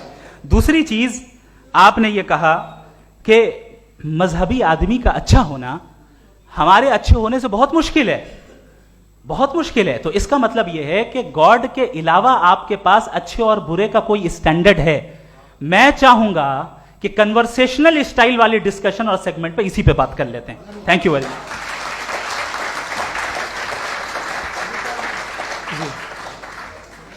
ये रिबटल का राउंड 2 है। आपके पास 5 मिनट का वक्त है, और इसके बाद क्रॉस एग्जामिनेशन शुरू करेंगे। आप चाहें तो जो इन्होंने सवाल पूछे उनके जवाब आप रिबटल में भी दे सकते हैं। जी जी, देखिए, पहले तो ये बात कि ये मिसाल गलत नहीं है, गलत है। इन्होंने पहले ही हमको डिसार्म कर दिया। कह लिया अकल से मामला सॉल्व नहीं हो सकता, लॉजिक से आप पहुंच नहीं सकते। ये एक मेटाफिजिकल चीज़ है। मेटाफिजिकल अजीब सा लफ्ज़ है, ठीक से किसी को माने नहीं मालूम इसके, तो ऐसा लगता है कुछ बड़ी चीज़ है। अरे भाई, क्या होता है मेटाफिजिकल, बताओ, खड़ी हो। ये एक लफ्ज़ है जो कहीं भी इस्तेमाल हो जाता है। जब आप एक बात कर रहे हैं और आप मुझसे बहस कर रहे हैं तो मुझे मेटाफिजिकल मत बताइए, आप लॉजिकली मुझे प्रूफ किए। और अगर लॉजिकली आप नहीं बात करते साहब ये मेटाफिजिकल है, तो फिर हम आप बात क्या कर रहे हैं? मेरा आपका किस ज़बान में कॉन्वर्सेशन होगा? और ये कहना कि वक्त पहले नहीं था, तो फिर क्यों कहते हैं ये हमेशा से और हमेशा रहेगा? हमेशा वक्त है, तो आप कैसे कहते हैं वो हमेशा से है और हमेशा रहेगा? हमेशा का मतलब है कोई वक्त, अगर वक्त ही नहीं है तो हमेशा कैसे? बाहर वो रहेगा। अब मैं ये देखता हूँ, आपने कहा ना कि वहाँ रेप ज़्यादा होते हैं, तो हम एक बात देखते हैं कि ये दुनिया जिस पे वो कादर मुतलक है, जिसकी मर्जी के बगैर पत्ता भी नहीं हिलता, ओमनीपोटेंट है, ये दुनिया चल कैसे रही है? और इस दुनिया का हाल क्या है? 45,000 बच्चे जो 10 साल की उम्र से कम थे वो गाजा में मरे। भूख से काला हांडी में बच्चे मरते हैं और डिप्थेरिया से मरते हैं। डिप्थेरिया अजीब मर्ज है, गले में जाली बनना शुरू होती है, बच्चा नीला हो जाता है, गरीब का बच्चा, इसलिए कि उपास इलाज में। ये कादर मुतलक है जो चाहे कर दे, इससे आप दुआएं मांगते हैं हमारी ये काम कर दे वो कर दे, तो इसका मतलब डे टू डे लाइफ में वो इंटरफेयर करता है और ये देख रहा है वो। अगर वो वाकई भी है फॉर डिस्कशन सेक, तो मैं जब दुनिया देखता हूँ तो मेरे दिल में उसके लिए कोई इज्जत नहीं पैदा होती। ये क्या कर रहे हो तुम पूरे ऑल पावरफुल हो, ओमनीपोटेंट हो, ओमनी प्रेजेंट हो। तुम तो वहां गाजा में रहे होगे ना, तुम हर जगह हो। तुम देख रहे थे कि बच्चे की कैसे धज्जियां उड़ रही, तुम देख रहे थे, और तुम चाहते हो मैं तुम्हारी परस्तिश करूंगा, तुम हो भी। अरे यार, इसके अच्छे तो हमारे चीफ प्राइम मिनिस्टर हैं, कुछ तो ख्याल करते हैं। कमाल है, आप किसकी इबादत कर रहे हैं? अगर वो है भी, ये दुनिया नाइंसाफी से, जुल्म से, जबर से, तशद्दुद से भरी हुई है। और आप ये मत कहिएगा कि वो देख रहा है और वो बताएगा एक दिन। अगर वो देख रहा है और इंटरफेयर नहीं करता तो आप दुआ क्यों मांगते? आप कहते हैं मेरा ये काम करा दे, इसके मतलब है वो दखल दे सकता है, वो आपको नौकरी दिलवा सकता है, भले दूसरे आदमी को न मिले, मगर आपका काम कर देगा चूंकि आपने दुआ मांगी है। तो जब वो आपको नौकरी दिला सकता है, लड़की की शादी कर सकता है, बेटे को ग्रीन कार्ड दिलवा सकता है, तो कम से कम ये जो मर रहे हैं बच्चे, इनको रोक दे, कुछ तो करे। मुझे तो दुनिया में, इस दुनिया का कोई मालिक है, इसका ओमनीपोटेंट कोई रूलर है, और ये दुनिया ऐसी चल रही है। मैं तो चाहूंगा कि भाई ना हो, अगर हो तो बड़ी शर्मिंदगी की बात है। शुक्रिया।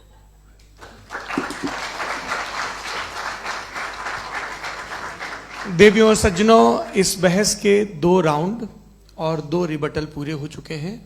अब सबसे जरूरी और सबसे मुश्किल राउंड शुरू हो रहा है, क्रॉस एग्जामिनेशन का। अब इन विद्वानों की सज्जनता की एक परख भी होगी, और वक्त हमने 16 मिनट का तय किया है। पहला सवाल आप पूछना चाहेंगे? जी बिल्कुल। पहले बोले भी आप। आप माइक ले लीजिएगा हाथ में, ये नीचे से ऑन हो जाएगा। जी मैं बोलता हूँ, ये डायस हटा सकते हैं क्या हम थोड़ा क्विकली? डायस पीछे कर दीजिए बस थोड़ा सा, है, ताकि ये जो दाएं बाएं लोग बैठे हैं, इसे हटा ही दीजिए। अब हम वहां तो जाने वाले नहीं, आराम से आराम से दोनों तरफ से हटा दीजिए।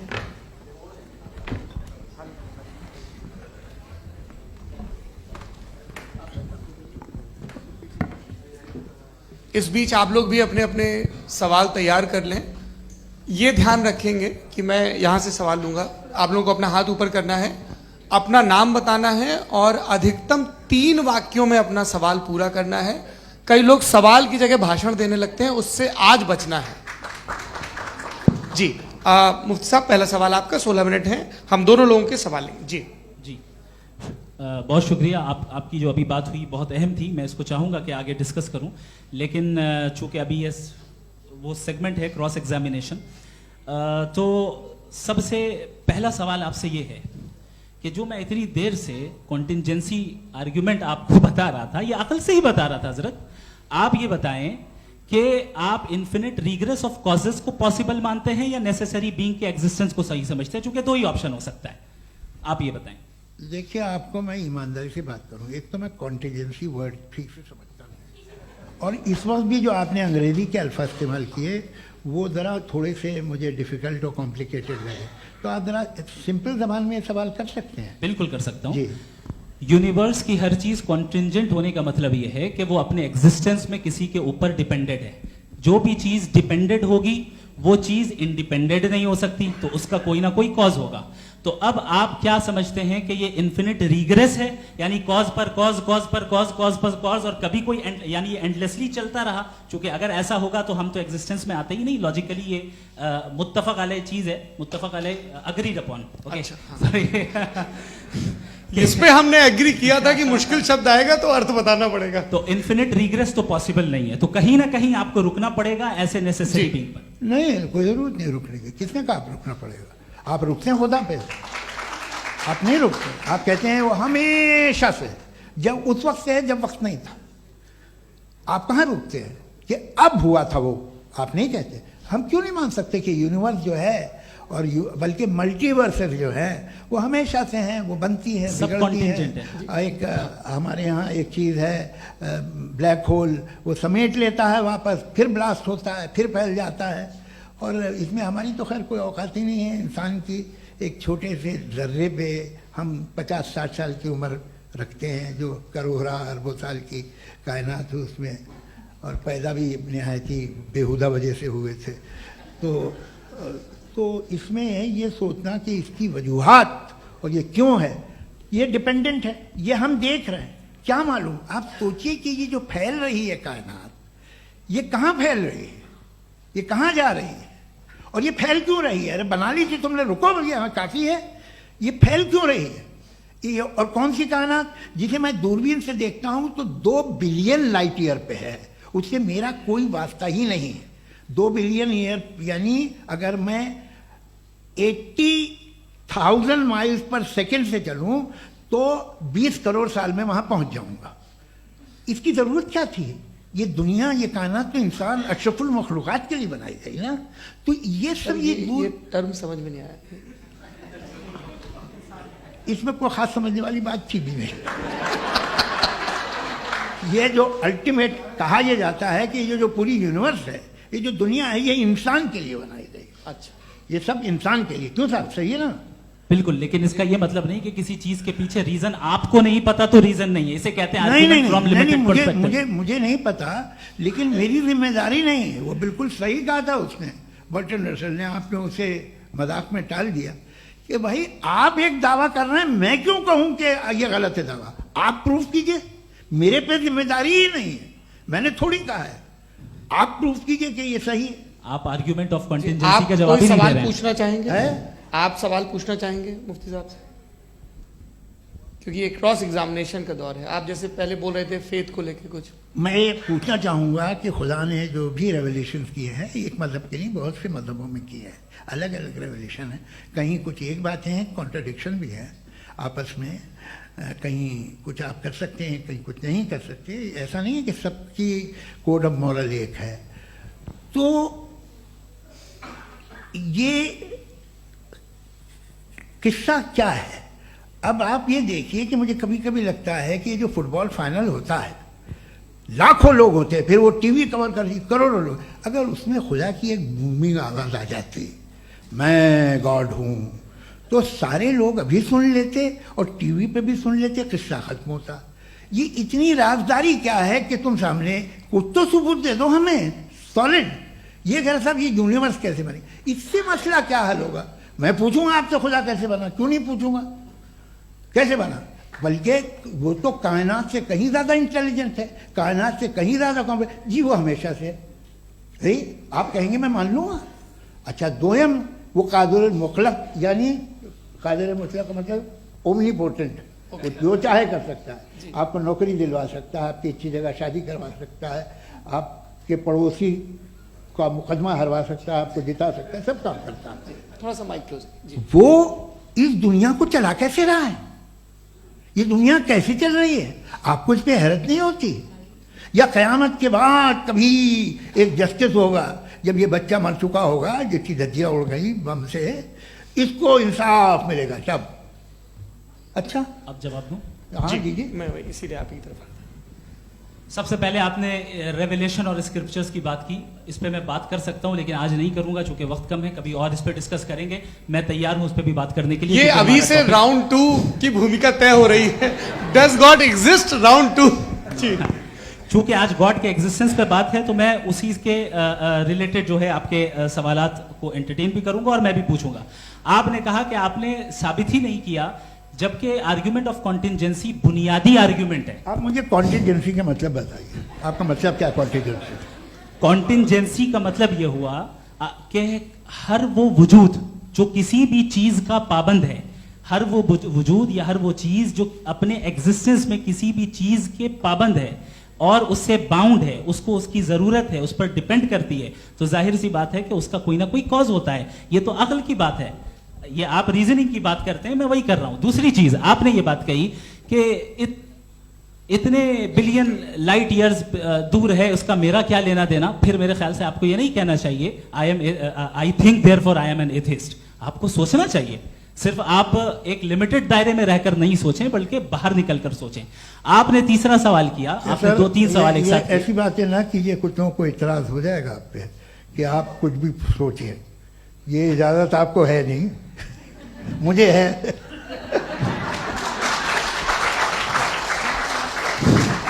जी, आपने प्रॉब्लम ऑफ इविल के ताल्लुक से सवाल किया और बार बार आप एक लफ्ज रिपीट कर रहे हैं कि ओमनीपोटेंट गॉड है, ऑल पावरफुल गॉड है। यही तो दरअसल समझना है कि गॉड का कॉन्सेप्ट क्या है। प्रॉब्लम ऑफ इविल जो है, प्रॉब्लम ऑफ इविल दर हकीकत दो असम्पशंस पर कायम है। अगर आप इन दो असम्पशंस को समझ जाएं तो ये प्रॉब्लम नहीं रहेगी, आर्ग्यूमेंट आपको समझ में आ जाएगी कि ये कोलैप्स कर जाता है। पॉइंट नंबर 1, यानी जो आपका सबसे पहला फॉल्स असम्पशन है कि गॉड मर्सीफुल है, ओमनीपोटेंट है, दुनिया में जुल्म हो रहा है।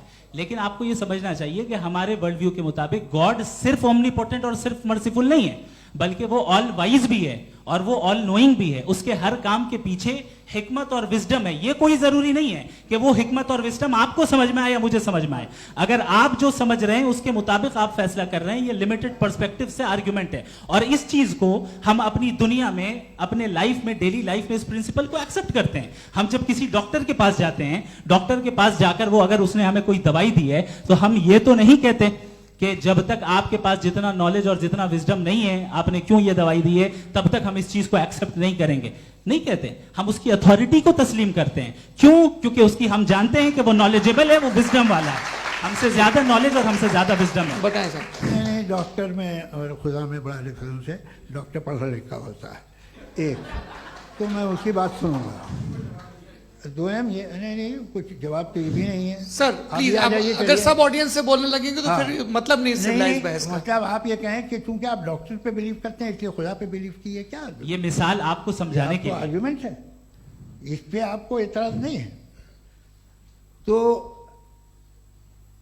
सिंपल बात ये है कि मैं अगर ये यकीन कर लूँ कि एक ओमनीपोटेंट, उसकी मसलहत है, ये जो बच्चे मर रहे हैं ये मसलहत है उसकी, मुझे नहीं चाहिए थी मसलहत। उसकी मसलहत नहीं, यही तो समझना है, मतलब एक्सपीरियंस।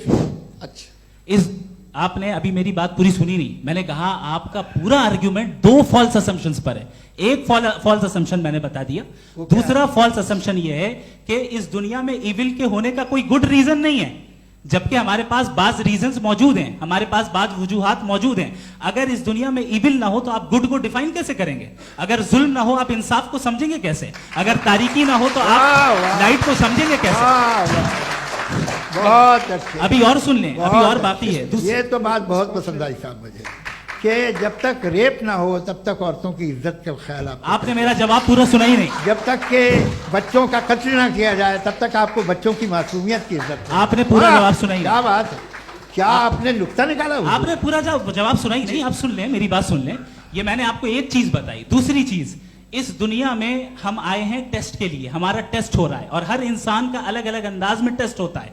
और इस दुनिया में अगर इविल मौजूद है तो वो इविल जरिया है हमारे अंदर ह्यूमन नोबल क्वालिटीज को डेवलप करने का और अलग अलग फील्ड में प्रोग्रेस करने का। और अगर हमारे अंदर और इस दुनिया में इविल नहीं होता तो बताइए टेस्ट का मतलब क्या होता? अगर मैं अपने स्टूडेंट को एमसीक्यूज दूं और उसमें सिर्फ राइट आंसर लिख कर दे दूं और कहूं तुम्हारा टेस्ट हो गया, ये मीनिंगलेस है। इस दुनिया में अगर हम टेस्ट के लिए आए हैं तो जाहिर है गुड एंड इविल दोनों मौजूद है।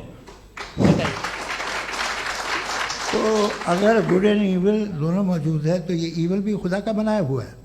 जी हाँ, खुदा का बनाया हुआ है। लेकिन अच्छा, चलो अच्छी बात। जी बिल्कुल, तो बिल्कुल खुदा ने बनाया। अभी तो ये है कि जो मेजॉरिटी है दुनिया में वो इविल है, तो ये खुदा एक्चुअली इविल के साइड पे लग रहा है मुझे। बिल्कुल भी नहीं, मैं बताता हूं। मेजॉरिटी में तो वो है। क्या बात कर रहे हैं भाई आप? कोई भी जो मुंसिफ होगा, चाहे आपका अपना घर हो जिसके आप सबसे बड़े हैं, चाहे आपकी ऑर्गेनाइजेशन हो जो आप चलाते हैं, वहां पर आप इवल रखेंगे साबित करने को कि बाकी लोग शरीफ हैं? मेरी बात सुनिए, क्या ये आर्ग्यूमेंट ही गलत है? अगर कि जब तक के कोई इवल नहीं होगा तब तक के शरीफ आदमी शरीफ नहीं लगेगा। अगर एग्जामिनर गलत ऑप्शन दे रहा है तो एग्जामिनर इविल नहीं हो गया, जो गलत ऑप्शन को सेलेक्ट कर रहा है वो फेल होगा। क्रिएटर ने इविल को बनाया है लेकिन वो इविल नहीं है। अच्छा सुनिए मेरी बात, लेट मी कंप्लीट सर। जी जी। क्रिएटर ने इविल को बनाया है टेस्ट के लिए, वो इविल नहीं है। इविल वो होगा जो उसे इख्तियार करेगा। छुरी को बनाने वाला गलत नहीं होता है, छुरी का गलत इस्तेमाल करने वाला गलत होता है। रेप को कैसे गलत इस्तेमाल करते हैं? इंसान के फ्री विल का नतीजा है। ये रेप कैसे गलत इस्तेमाल होता है? ये मुझे अब सुन लें, अब सुन लें। गलत इस्तेमाल होता हाँ, मैं बता रहा हूँ ना, रेप कैसे गलत इस्तेमाल? मैं बता रहा हूँ जी। कि जो इविल इस दुनिया में मौजूद है उसके कई सारे तरीके हैं। एक तरीका इंसान का अपना फ्री विल है। अब अगर कोई रेपिस्ट रेप कर रहा है तो इसका गॉड का कसूर नहीं है, वो अपने फ्री विल का गलत इस्तेमाल कर रहा है, उसको सजा मिलनी चाहिए। अच्छा। और उसी के लिए जहन्नम बनाई गई है। ये फ्री विल का भी बड़ा चक्कर। आप जब कोई बुरा काम करते हैं या कोई बुराई होती है तो ये कहा जाता है कि ये फ्री विल है। 7 billion free wills are moving on this planet. 7 billion free will. और एक आदमी अपनी फ्री विल से मुझे कत्ल कर दे तो मैं खुदा की मर्जी से मरा हूं कि इसकी फ्री विल की वजह से? मेरी मौत खुदा के हाथ है या ये फ्री विल वाले के हाथ है? खुदा ने फ्री विल का निजाम बनाया है और उस निजाम का गलत इस्तेमाल करके कोई आपको मार रहा है, इस्तेमाल करके मेरा कत्ल कर देता है। अब मेरी मौत का जिम्मेदार कौन है? वो इंसान जिम्मेदार है। वो इंसान। जी। तो ये कहना कि और उसको सजा मिलेगी। तो अब आप आगे चलिए कि ये तय करना कि अल्लाह ही या अल्लाह ने खुदा ही जिंदगी देता है, खुदा ही मौत देता है, ये गलत है। बिल्कुल गलत नहीं है। हाँ, नहीं, निजाम उसी ने बनाया फ्री विल का। निजाम मौत और हयात का उसी ने बनाया। You are contradicting yourself. अभी आपने कहा कि एक आदमी ने फ्री विल से आपको मार दिया, इसमें उसे फ्री विल दी गई थी, उसने गलत इस्तेमाल किया। 7 billion free wills are moving on this planet और आप चाह रहे हैं कि मैं सिर्फ खुदा का ध्यान करूं। ये 7 बिलियन फ्री विल्स को मुझे लुक आफ्टर करना पड़ेगा कि नहीं? ये तो तबाहियां कर रही हैं और तबाहियां ज्यादा हो रही हैं। बिल्कुल। तो अगर आप बताएं अगर खुदा नहीं है फॉर एग्जाम्पल, हाँ। तो आप इविल को कैसे डिसाइड करेंगे? यानी how can you define evil objectively without God? देखिए, दुनिया में 2 तरह के जानवर हैं। एक जो अकेले रहते हैं जंगल में और एक जो ग्रुप्स में रहते हैं। ग्रुप में जो भी रहेगा, चाहे वो आपका फाउंडेशन हो, चाहे कोई क्लब हो, चाहे कोई पॉलिटिकल पार्टी हो, चाहे कोई यूनिट हो, उसमें आपको इंटरैक्ट करने के रूल बनाने पड़ेंगे। यानी लोग तय करेंगे। लोग तय करेंगे। अगर लोगों ने यह तय किया कि किसी का रेप करना सही है, आप जस्टिफाई करेंगे? नहीं, आपका फाउंडेशन तो ये हो गया ना कि लोग ही विल डिसाइड करेंगे। नहीं। अरे दुनिया में ऐसे ग्रुप्स हैं जो रेप को जायज मानते हैं सर्टेन हालात में। मैं डिटेल में नहीं जानूंगा, आप भी जानते हैं। ये जो आईसिस वाले थे, इन्होंने क्या किया था, तो उन्होंने क्या किया उसका खुदा से कोई ताल्लुक नहीं है सर। मैंने सिंपल सवाल किया कि इविल को आप डिफाइन करते कैसे हैं? आइए वापस आइए जी। आप साथ में तभी रह सकते हैं जब कुछ आप ऐसे उसूल डेवलप करें जिसमें हर एक का बेसिक तहफ़्फ़ुज़, हर एक का बेसिक राइट हो और हर एक को कोई आराम मिले। यही तरीका है किसी भी ऑर्गेनाइजेशन जिसमें एक से ज़्यादा लोग हैं और वो ऐसे चलती है ज़िंदगी। उसमें अगर आप गड़बड़ करेंगे तो तबाही होगी, नुकसान होगा, बर्बादियाँ आएंगी। और अगर उसमें आप घर ले लीजिए ना, एक हस्बैंड है, एक वाइफ है, बच्चे हैं, वालदा भी हैं, 2 बहनें भी हैं, एक भाई भी है। अब इसमें कोई निज़ाम आपको चाहिए साथ में रहने का, और एक दूसरे पे भरोसा रहे, एक दूसरे के बहीख्वाह हों, एक दूसरे की मदद करें, ऐसी जिंदगी। सर आपकी बात आ गई। आप ये कह रहे हैं कि लोग डिसाइड करेंगे क्या सही है क्या गलत है, यही है? मेजॉरिटी डिसाइड करेगी क्या सही है क्या गलत है? अरे भाई बिल्कुल। मेजॉरिटी अगर ये कहे कि नाजी जर्मनी के साथ जिस तरह मेजॉरिटी थी कि जेनोसाइड करना सही, आप जस्टिफाई करेंगे? उस वक्त आपका ये सवाल सिर्फ उसके बाद क्लोजिंग। हाँ, उस वक्त प्लेनेट पे जो लोग थे, उनमें कितने लोग हिटलर को सही समझते? अच्छा, प्लेनेट की मेजॉरिटी तय करेगी, सोसाइटी की नहीं। प्लेनेट की मेजॉरिटी गॉड के एग्जिस्टेंस को सही मानती है, आप क्यों नहीं मानते?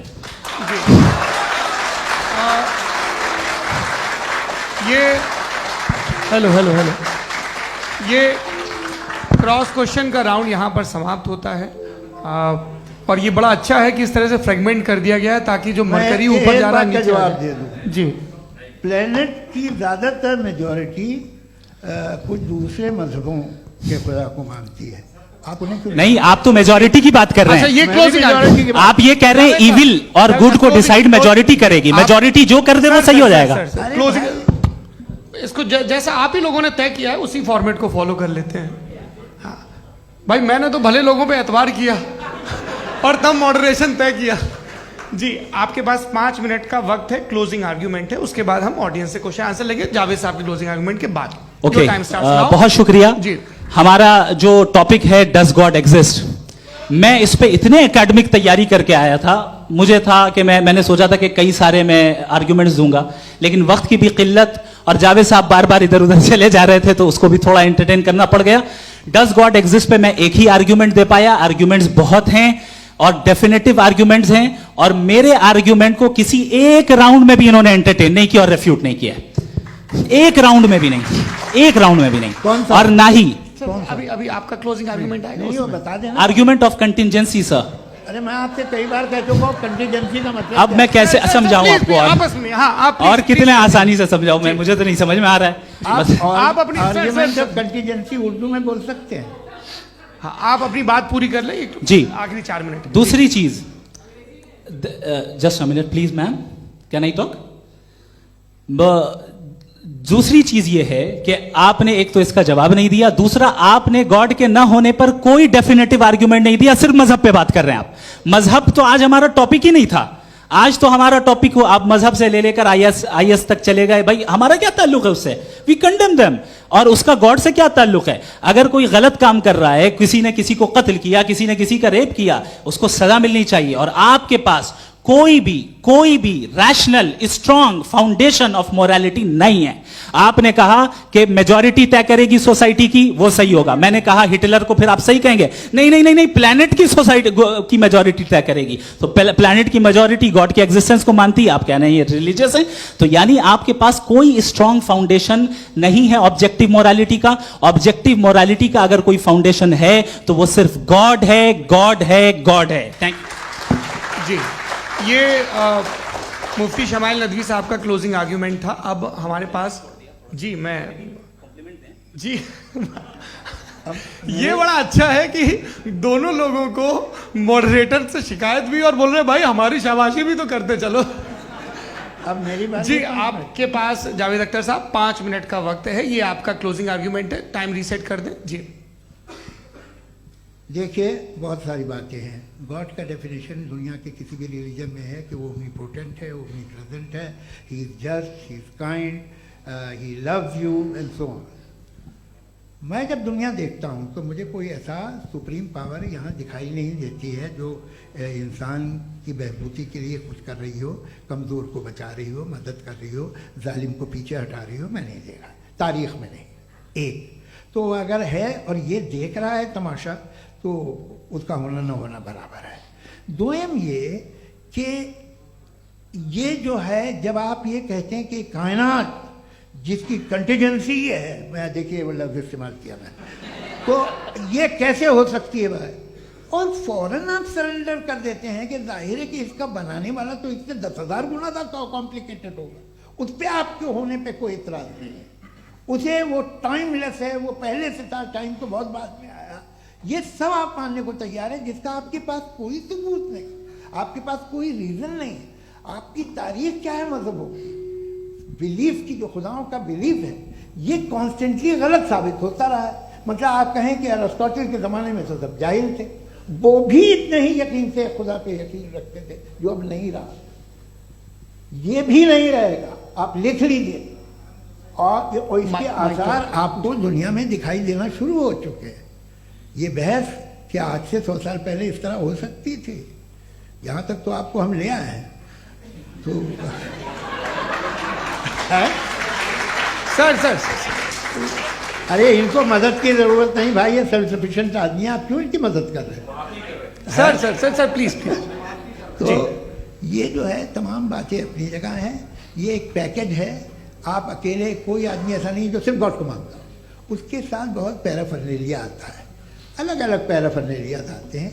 दे are only, they have always created chaos in the society. मैं तो आपको सीधा ऑफर देता हूँ कि दुनिया में 10 इम्पॉर्टेंट बिलीव्स हैं, आप एक मानते हैं, 9 नहीं मानते, 9 में आप एथियस्ट हैं, 9 को आप बिल्कुल रीजनेबली मेरी तरह देखते हैं। तो 90 मजहबी आदमी भी 90% एथियस्ट है, वो दूसरे खुदा नहीं मानता, एक खुदा मानता है अपना वाला, बाकियों को कहता है गलत है। अगर आप मानना ही बंद कर दें तो आपका 10% चांस है कि आप सही हैं और 90% चांस है कि आप गलत हैं। मेरा मशवरा है आप मानना छोड़ दिए तो 50% चांस होगा कि आप सही हैं और 50% चांस होगा, 40% आप गेन करेंगे बाय बिकमिंग एथीस्ट।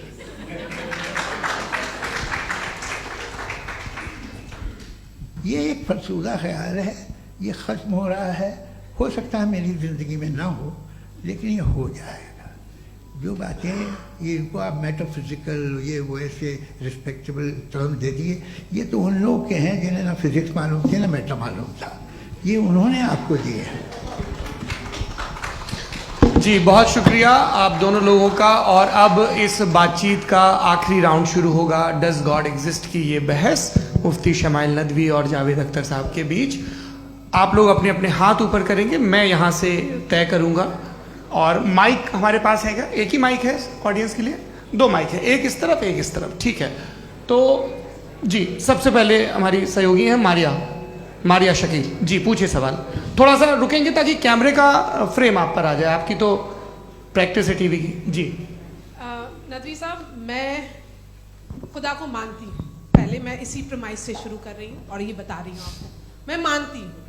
लेकिन कुछ सवाल हैं जो जावेद साहब ने उठाया, उसका जवाब आपको देना चाहिए। पहला सवाल ये कि गज़ा में सालों से छोटे बच्चे मर रहे हैं, वो उनको अगर खुदा मर्सीफुल है, हम मानते हैं कि अल्लाह ताला में बहुत ताकत है, तो वो बच्चे क्यों मर रहे हैं?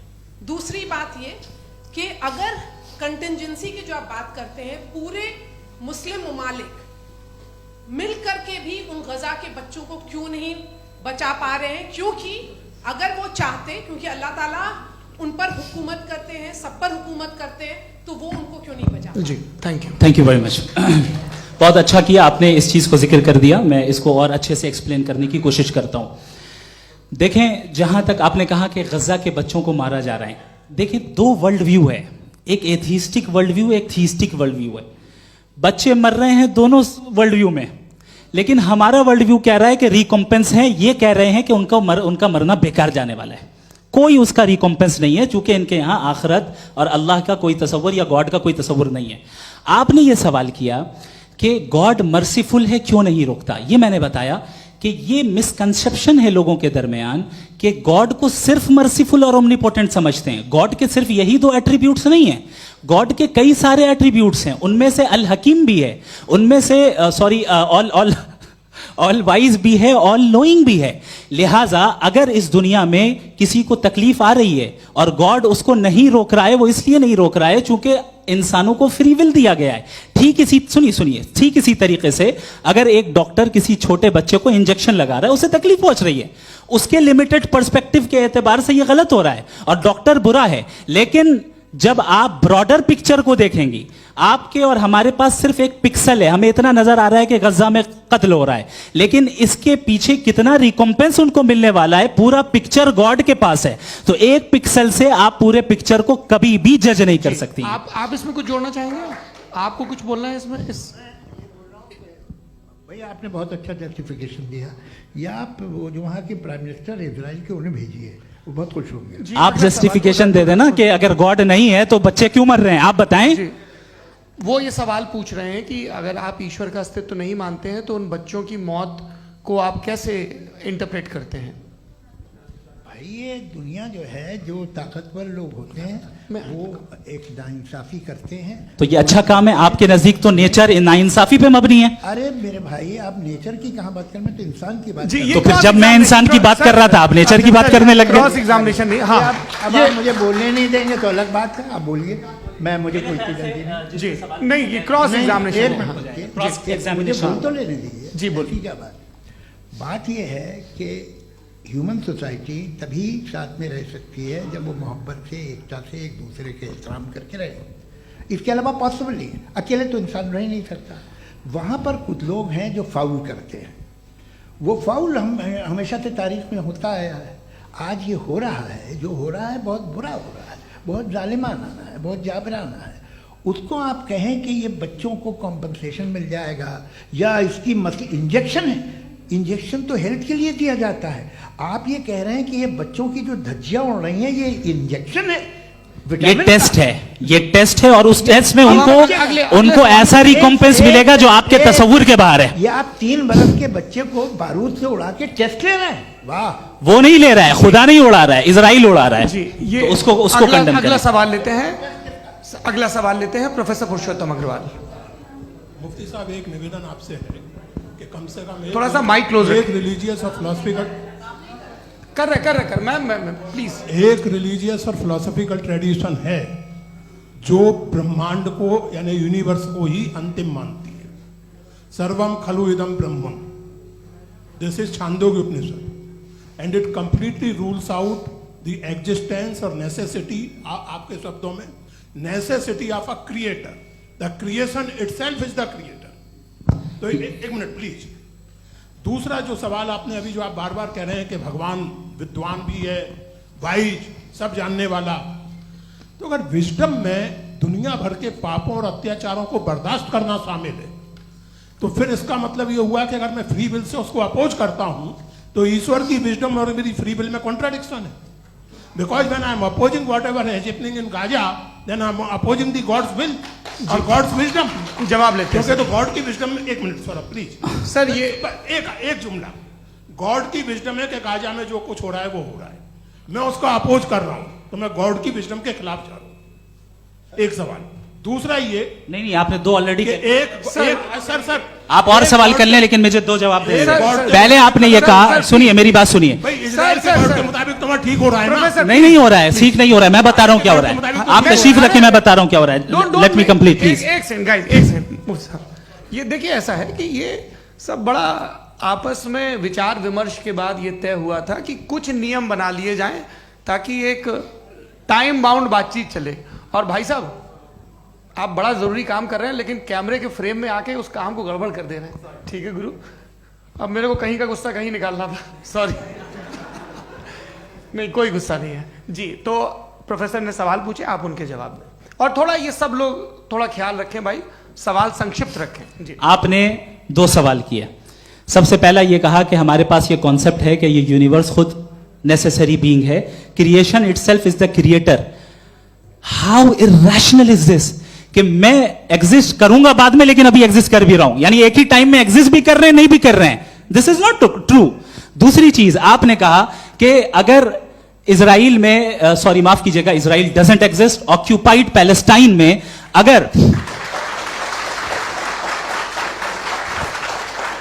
अगर ऑक्यूपाइड पैलेस्टाइन में बच्चों को मारा जा रहा है फ्री विल की वजह से और गॉड नहीं रोक रहा, ये कॉन्ट्रडिक्शन है। ये बताइए कि एक एग्जाम में एक बच्चा गलत आंसर लिख रहा है, सुनिए, एग्जामिनर चाहे तो रोक सकता है, क्यों नहीं रोक रहा है? ये कॉन्ट्रडिक्शन है, ये कॉन्ट्रडिक्शन नहीं है। माइक नहीं सर, ये आपस में जी, ये क्या आपका सवाल? माइक दीजिए। फ्री विल दिया गया है टेस्ट के लिए, अकाउंटेबिलिटी के लिए। अगर फ्री विल नहीं होता तो आप कहते हैं हमें रोबोट बना दिया गया। नॉट मिसरिप्रेजेंट माय पोजीशन, आपकी जो भी पोजीशन, मैं अपनी फ्री विल के नाते, अपने ह्यूमन विजडम के नाते गाजा में हो रही अत्याचार का विरोध करता हूं। बिल्कुल करना चाहिए। आपके हिसाब से मैं गॉड की विजडम का विरोध कर रहा हूं? बिल्कुल नहीं, जो हो रहा है गॉड, बिल्कुल भी नहीं, बिल्कुल भी नहीं। उसका वहां पर गाजा में कत्ल होना ये इंसानों के गलत इस्तेमाल का नतीजा है, फ्री विल के इस्तेमाल का नतीजा है। गॉड इसका हुक्म नहीं देता, उससे रोकता है। यही तो मसला है ना, आपके लिए कॉन्सेप्ट क्लियर नहीं नहीं भाई, आपने तो बताया था इंजेक्शन लगाने से बच्चे को तकलीफ होती है, ये इंजेक्शन लगा। सर आप ऐसे रेटोरिक स्टेटमेंट दे तब तो कोई मसला नहीं आपने समझते बोला कि रहेंगे। Injection this is a rhetoric statement, this is not a logical argument sir. I am sorry, I am sorry. आखिरी 30 मिनट बड़े मुश्किल होने वाले हैं जी। मुफ्ती साहब आगे बैठे हैं, इनको माइक दीजिए। हाँ तरुण, माइक आप अपने पास रखिए, आपको कैमरे का फ्रेम पता है जी। सबसे पहले दोनों को मुबारकबाद। एक सर अपना आप नाम बता दें। आप अमेरिका में शिकागो में रहते हैं, इतना मुझे याद है। बताया आपको, यासिर नदीम अलवाजदी मेरा नाम है। जावेद सर, आपसे एक क्वेश्चन है इन्फिनिट रिग्रेस के ताल्लुक से। एक हाइपोथेटिकल सिनेरियो है, मसलन अगर आप सर माइक थोड़ा सा प्लीज क्लोज रखिए जी।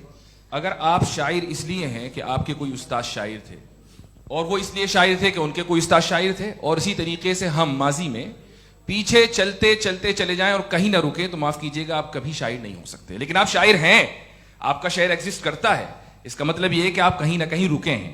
तो मेरा सवाल यह है कि क्या आप इन्फिनिट रिग्रेस ऑफ कॉजेस को लॉजिकल फैलेसी मानते हैं या नहीं मानते? हाँ या ना? मैं इन्हें लॉजिकल फैलेसी नहीं मानता हूँ, लेकिन मेरा प्रॉब्लम यह है कि जब मैं नहीं मानता हूँ तो I continue with this logic जो फैलेसी नहीं हो। आप एक जगह रुक जाते हैं जाके, आप कहते हैं ये गेंद कैसे बनी, ये जजीरा कैसे बना, ये समंदर कैसे बना, ये ज़मीन कैसे बनी, और अचानक गॉड पे जाके आपको ब्रेक लग जाता है। एक बार आप सवाल नहीं करते कि भाई इनको बनाने वाला तो इनसे भी कॉम्प्लिकेटेड होगा, वो कैसे बना, उसके बारे में आपने इत्मीनान कर लिया, वो हमेशा से है। तो अगर आप उसे हमेशा से मानते हैं तो फिर ये मान लीजिए कि कायनात हमेशा से है, क्या तकलीफ है? फिर हम वजूद में नहीं आते ना। जी हैं? हम मौजूद नहीं। अच्छा सर क्यों नहीं हो मैं सकता? बताऊं प्लीज प्लीज। जैसे मैंने मिसाल दी आपके शेर की। आपका शेर कभी वजूद में ना आता अगर शायर इसी तरह चलते रहते हमेशा। जी माइक मेरे ख्याल से एक सेकंड। इन्फिनिट रिग्रेस का कॉन्सेप्ट क्लियर नहीं हो पाया, ऐसे रहने दें, लेट्स मूव ऑन सर। ठीक है, हाँ थोड़ा सा मॉडरेटर का भी ख्याल रखें। नहीं आपने तो रखा है, आपने रखा है। यहाँ पे गौहर रजा साहब हैं, वो भी एक सवाल पूछना चाहते हैं। माइक नीचे से ऑन कर दिए, नीचे। पहले तो ये कह दूं कि मैं उन बच्चों से शर्मिंदा हूं जिनको गजा में कत्ल किया गया, क्योंकि हमारे होते हुए कत्ल किया गया। लेकिन उससे ज़्यादा शर्मिंदगी इस बात से हुई कि मुझे लगा कि मुफ्ती साहब उसको जस्टिफाई कर रहे हैं। बिल्कुल भी नहीं, आप बहुत ही गलत मुझे बात लगा कह मैं गलत हो सकता हूं। बिल्कुल गलत मैं है। सवाल पूछ रहा हूं। सवाल मैं देखिए, सवाल अगर पूछ रहा हूं। एक मैं सेकंड, जावेद भाई गौर से साहब, एक डिसएग्री सेकंड, करता गौर हूं। साहब, एक सेकंड देखिए, अगर देखिए ऐसा एक सेकंड आप सर वेट अरे आप कुछ मेरे पहले मुझे अपनी बात क्या लेने दीजिए। अगर ऑडियंस तय करेगी तो फिर मॉडरेटर का मतलब नहीं। मेरा आप सबसे ये कहना है, ये बहस दो लोगों के बीच में है, एक तरफ मुफ्ती साहब, एक तरफ जावेद साहब। पिछले 1.5 घंटे से ये लोग अपने अपने तर्क रख रहे हैं। आपकी इनसे इत्तेफाकी हो सकती है, ना इत्तेफाकी हो सकती है। मेरे उस्ताद मुझे सिखा गए हैं कि मुखामुखम में असहमति की गुंजाइश बची रहनी चाहिए। अगर मैं आपकी बहुत इज्जत करता हूं गौहर साहब, आपने जो कमाल की किताबें लिखी, साइंटिफिक टेम्परामेंट, लेकिन मेरी ये गुजारिश है आप सबसे कि यदि आप इन लोगों ने जो बोला उन पर टिप्पणियां करेंगे तो ना वक्त की पाबंदी रहेगी, ना वो अनुशासन। आप सवाल पूछ लें, उस सवाल में जो बात आ जाए वो आ जाए। मैं जावेद साहब से डिसएग्री करता हूं, इसलिए जावेद साहब से सवाल पूछ रहा हूं। आपका सवाल जावेद अख्तर साहब से। और सवाल ये है मेरा कि जावेद साहब ने कई बार लॉजिक का इस्तेमाल किया कि साइंस में लॉजिक है और रिलीजन में लॉजिक नहीं है। मेरा ख्याल ये है कि रिलीजन में भी लॉजिक है, लेकिन उस लॉजिक की बेसिस ये है कि आप रुक जाते हैं, जिसका जिक्र जावेद साहब ने बार बार किया, यानी खुदा के तसव्वुर पे आते हुए, गॉड के तसव्वुर पे आते हुए रुक जाते हैं। और इसमें सवाल पूछना मतलब फॉरबिडन होता है। सवाल यह है कि क्या जावेद साहब इससे एग्री करते हैं कि साइंस की लॉजिक अलग है और रिलीजन की लॉजिक अलग है? बताइए सर। देखिए, 3 चीज़ें हैं। साइंस है, एक है मंतिक है, इस्तिदलाल है, और एक जो है कुछ भी नहीं है, फेथ है, अकीदा है। मैं अकीदे की लॉजिक का कायल नहीं हूँ। मुझे आप इस्तिदलाल से, लॉजिक से, रीज़न से समझाइए, मैं मानने को तैयार हूँ, मेरा क्या नुकसान होगा। लेकिन ये कि अकीदे पे मैं नहीं जा सकता हूँ। अकीदे का मतलब है कि तुम ये मान लो, सवाल ना करो, ये नहीं। आप सारी बातें करके, बड़ी साइंटिफिक बातें करके एक जगह जाके खुदा के हुदूद पे रुक जाते हैं, सरेंडर कर देते हैं। मैं सरेंडर करने को तैयार नहीं। That's all. जी, ये आगे सर बैठे हुए हैं, इनको माइक दीजिए। भाई वो आप पूछना चाह रहे थे ना भाई? हाँ नहीं मैं ये थैंक यू जी, आपका नाम? आसिम इफ्तिखार। आसिफ जी, पूछिए। सर जावेद सर से सवाल है कि आपने अपने माइक थोड़ा करीब रखिए। अपने क्लोजिंग स्टेटमेंट में ये बात कही थी कि मज़हब का जो फ्यूचर है वो ज़्यादा दिन नहीं जाने वाला है। लेकिन मैं देख पा रहा हूँ कि जो ऑक्सफोर्ड यूनिवर्सिटी की एक स्टडी है 2011 में हुई है, जिसके 50 एकेडमिशियंस ने इसको अंजाम दिया था, उसमें वो ये कहते हैं कि जो फेथ इन गॉड है वो इनबिल्ट है ह्यूमन नेचर के अंदर, जिसको हम कहते हैं फितरत के अंदर शामिल है वो। और वो ये कहते हैं कि अगर कोई ये समझता है कि मज़हब को वो ख़त्म कर देगा तो ये उसकी गलत फहमी है। तो आप इसके बारे में, इस स्टडीज़ के बारे में क्या कहते हैं? ठीक है, मैं उनसे एग्री नहीं करता हूँ। वो कौन से प्रोफेसर होंगे, ऐसा उनके क्या पास डेटा है, इन्होंने डेटा के बेस होगा। डेटा क्या हो सकता है? फ्यूचर का डेटा तो नहीं हो सकता ना उनके पास। प्रेजेंट का डेटा हो सकता है। डेटा आपने सुना 100 साल पहले का बाद का डेटा, मैंने तो नहीं सुना आज तक। तो आज उनकी ये राय है और होगी राय, ठीक है, दुनिया में तरह तरह की राय है लोग, लेकिन मैं समझता हूँ कि वक्त के साथ इंसान ज़्यादा से ज़्यादा रीजनेबल और लॉजिकल होता जा रहा है।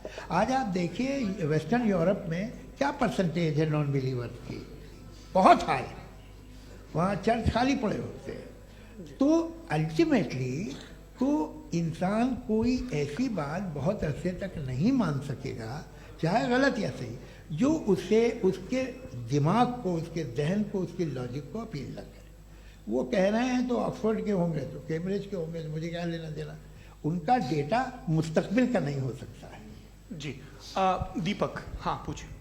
मैं आऊँगा, अभी पीछे की साइड भी आऊँगा, माइक वहीं भेजूंगा 2-3 साल के लिए। जी जावेद साहब, आपसे सवाल है। नमस्ते।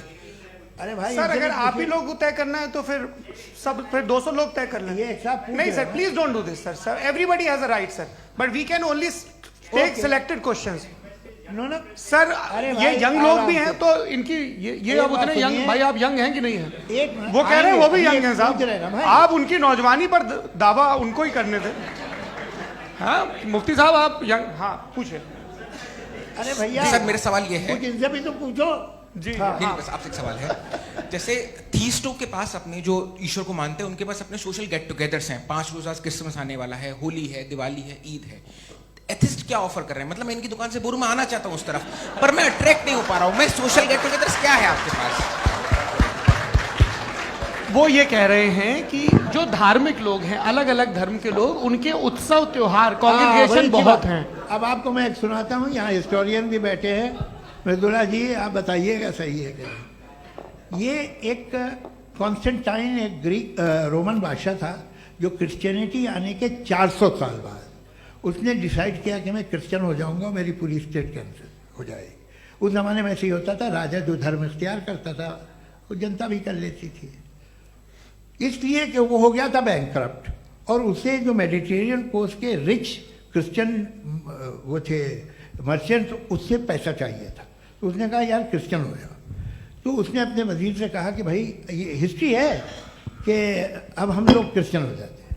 पहले सर हो जाएंगे, कोई प्रॉब्लम नहीं है, लेकिन एक प्रॉब्लम ये है कि 17 दिसंबर से 25 दिसंबर तक जो पेगन फेस्टिवल होता, जो पेगन्स थे वो लोग, जो फेस्टिवल होता है वो बंद हो जाएगा, इसलिए कि हम क्रिश्चियन हो गए तो होगा नहीं। तो वो बच्चों को बहुत बुरा लगेगा, पब्लिक को बहुत इंजॉय करते हैं, खासतौर से 25 को मेन डे। तो हाँ ये तो सही कह रहे हो, ये जीसस क्राइस्ट की पैदाइश कब थी? पहले साहब वो अप्रैल में थी, नहीं कट करो, वो 25 दिसंबर को है।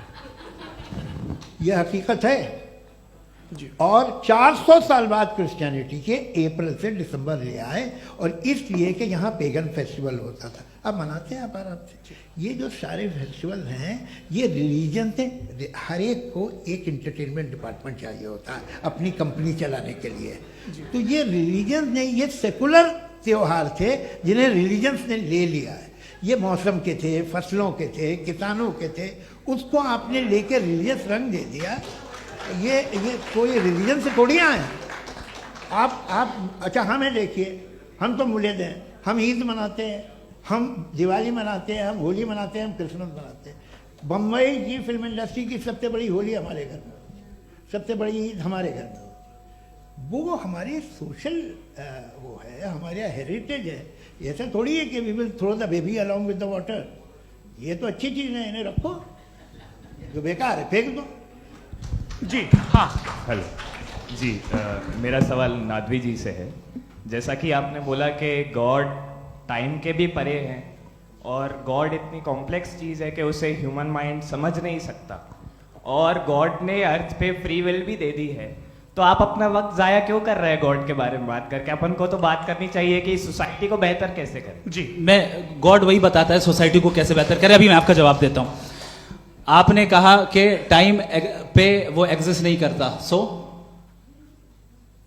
मेरा सवाल ये है कि जैसा आपने बोला कि गॉड बहुत ही कॉम्प्लेक्स चीज है। मैंने कहा ही नहीं कि कॉम्प्लेक्स है, तो आपके अल्फाज हैं। कॉम्प्लेक्स का लफ्ज गॉड के लिए सुइटेबल नहीं है। क्यों? क्योंकि कॉम्प्लेक्स वो चीजें होती हैं जो ऑब्जेक्ट हो। God is not an object जिसको आप इंस्ट्रूमेंट के जरिए लेबोरेटरी में जाके टेस्ट करें, oh it's very complex. No, वो कोई कार का इंजन नहीं है। मेरा वो सवाल फिलोसॉफिकली नेसेसरी बीइंग ऐसी बीइंग है जो सिंपल बीइंग है। हाँ, आप उसको मुकम्मल तौर पे उसकी तमाम हिकमतों को जान ले और हर चीज को जान ले, ये पॉसिबल नहीं है, क्योंकि वो ऑल वाइज है, आप ऑल वाइज नहीं है, और वो खुदा है, वो आपको सारी चीजें बता दे, ये जरूरी नहीं। मेरा सवाल ये नहीं था, मेरा सवाल ये था कि जब गॉड इतना परे है इस दुनिया से कि उसने अर्थ पे फ्री विल भी दी है, हम सब ह्यूमंस की फ्री विल है, और जो सोसाइटी में हो रहा है वो अपन लोग डिसाइड करेंगे, तो God अपन के लोग बारे डिसाइड में नहीं बात करेंगे करने ना, अपन लोग डिसाइड नहीं करेंगे। गॉड जो है, गॉड ने वो उसकी जात, उसकी एग्जिस्टेंस टाइम एंड स्पेस से परे है, लेकिन वो हमारा टेस्ट ले रहा है और उसी गॉड ने हमें बताया कि तुम्हें क्या करना है क्या नहीं करना है, तो जाहिर है उस गॉड की बात सुनेंगे ना हम। जी, वो पीछे एक चश्मा लगाए जो मैम खड़ी हैं, उनको दीजिए। हाँ, आप जी जी बिल्कुल आएंगे। देखिए, मैं कोशिश कर रहा हूँ सब तरफ जाने की। हाँ, उनको दीजिए माइक। जी, हेलो सर, मैं ओमनी प्रेजेंट नहीं हूँ, टाइम पाबंद हूँ, और जहां तक कोशिश कर सकता हूँ करूंगा। जी, अपना नाम बताइए। मेरा नाम उर्सुला है, मैं दिल्ली यूनिवर्सिटी की एक स्टूडेंट हूँ और मैं स्टूडेंट फेडरेशन ऑफ इंडिया से हूँ। मेरा सवाल मुफ्ती जी से है कि इस हॉल के इस कमरे में बैठ के हम लोग रेप की मोरालिटी के बारे में फिलोसफिकली बात तो कर सकते हैं, बट असलियत ये है कि रोजमर्रा की जिंदगी में औरतें रेप के थ्रू गुजरती हैं, और हम लोग सिर्फ नंबर्स पे इस तरह नहीं देख सकते, क्योंकि कितनी औरतें हैं इन कंट्रीज में जहां पे आप बता रहे हैं कि केसेस कम हैं, जिनका एक्सेस है कि वो जाके केस फाइल कर सकें। कितनी औरतें हैं जो जिनको काम करने की आज़ादी है उन कंट्रीज में। यूरोप में ये आज़ादी आ गई, यूरोप में ये रूल्स आ गए, तो हम आज उसके बारे में बात कर पा रहे हैं। जी, जवाब। आपने ये कहा कि कमरे में बंद होकर हम लोग इस पर फिलोसफिकली बात कर सकते हैं, लेकिन हकीकत में क्या हो रहा है, वो ग्राउंड लेवल पे क्या हो रहा है, जो बहुत गलत हो रहा है, और वो सफर कर रही हैं। आई अग्री, बहुत गलत हो रहा है, और जो गलत हो रहा है उसको हमें रोकना है। और क्यों रोकना है, वो गलत क्यों है, हमारे पास इसका ऑब्जेक्टिव फाउंडेशन है, इनके पास उसका ऑब्जेक्टिव फाउंडेशन नहीं है। मैं ये कहना चाह रहा हूं कि जहां पे भी जुल्म हो रहा है, जहां पे भी औरत पे जुल्म हो रहा है, या उसकी इज्जत लूटी जा रही है, या उसे तकलीफ पहुंचाई जा रही है, और सिर्फ औरत नहीं, किसी इंसान के ऊपर भी जुल्म हो रहा है, तो उसके खिलाफ खड़ा होना, ये मोरालिटी हमारे पास गॉड के पास से आई है। वरना जावेद साहब तो कह रहे हैं कि जो है मेजॉरिटी डिसाइड करेगी, तो मेजॉरिटी तो कभी भी बदल सकती है। क्या आप ये थोड़ी सी आपको गलतफहमी है। मैं अगर मेरे जुमले से ये मदनत निकला या मैंने कहा, तो ये जुमला मैं वापस लेता हूँ। ये मेरा मतलब ही नहीं था कि मेजॉरिटी डिसाइड करेगी। मेजॉरिटी डिसाइड करे तो दुनिया में बड़ी, वैसे आपने कहा था ये जुमला, अच्छा हो सकता है, मैं मान रहा हूँ, बाद में रिकैप कर लेंगे। अरे एक सेकंड, मैं अपनी एक्सप्लेनेशन देता हूँ। मुनासिब बात यह है कि हम सब के सब दिल में जानते हैं कि क्या अच्छा है क्या बुरा है, हमें पता है अच्छी तरह से। जो लोग बुरे काम करते हैं उन्हें भी मालूम अच्छा क्या है।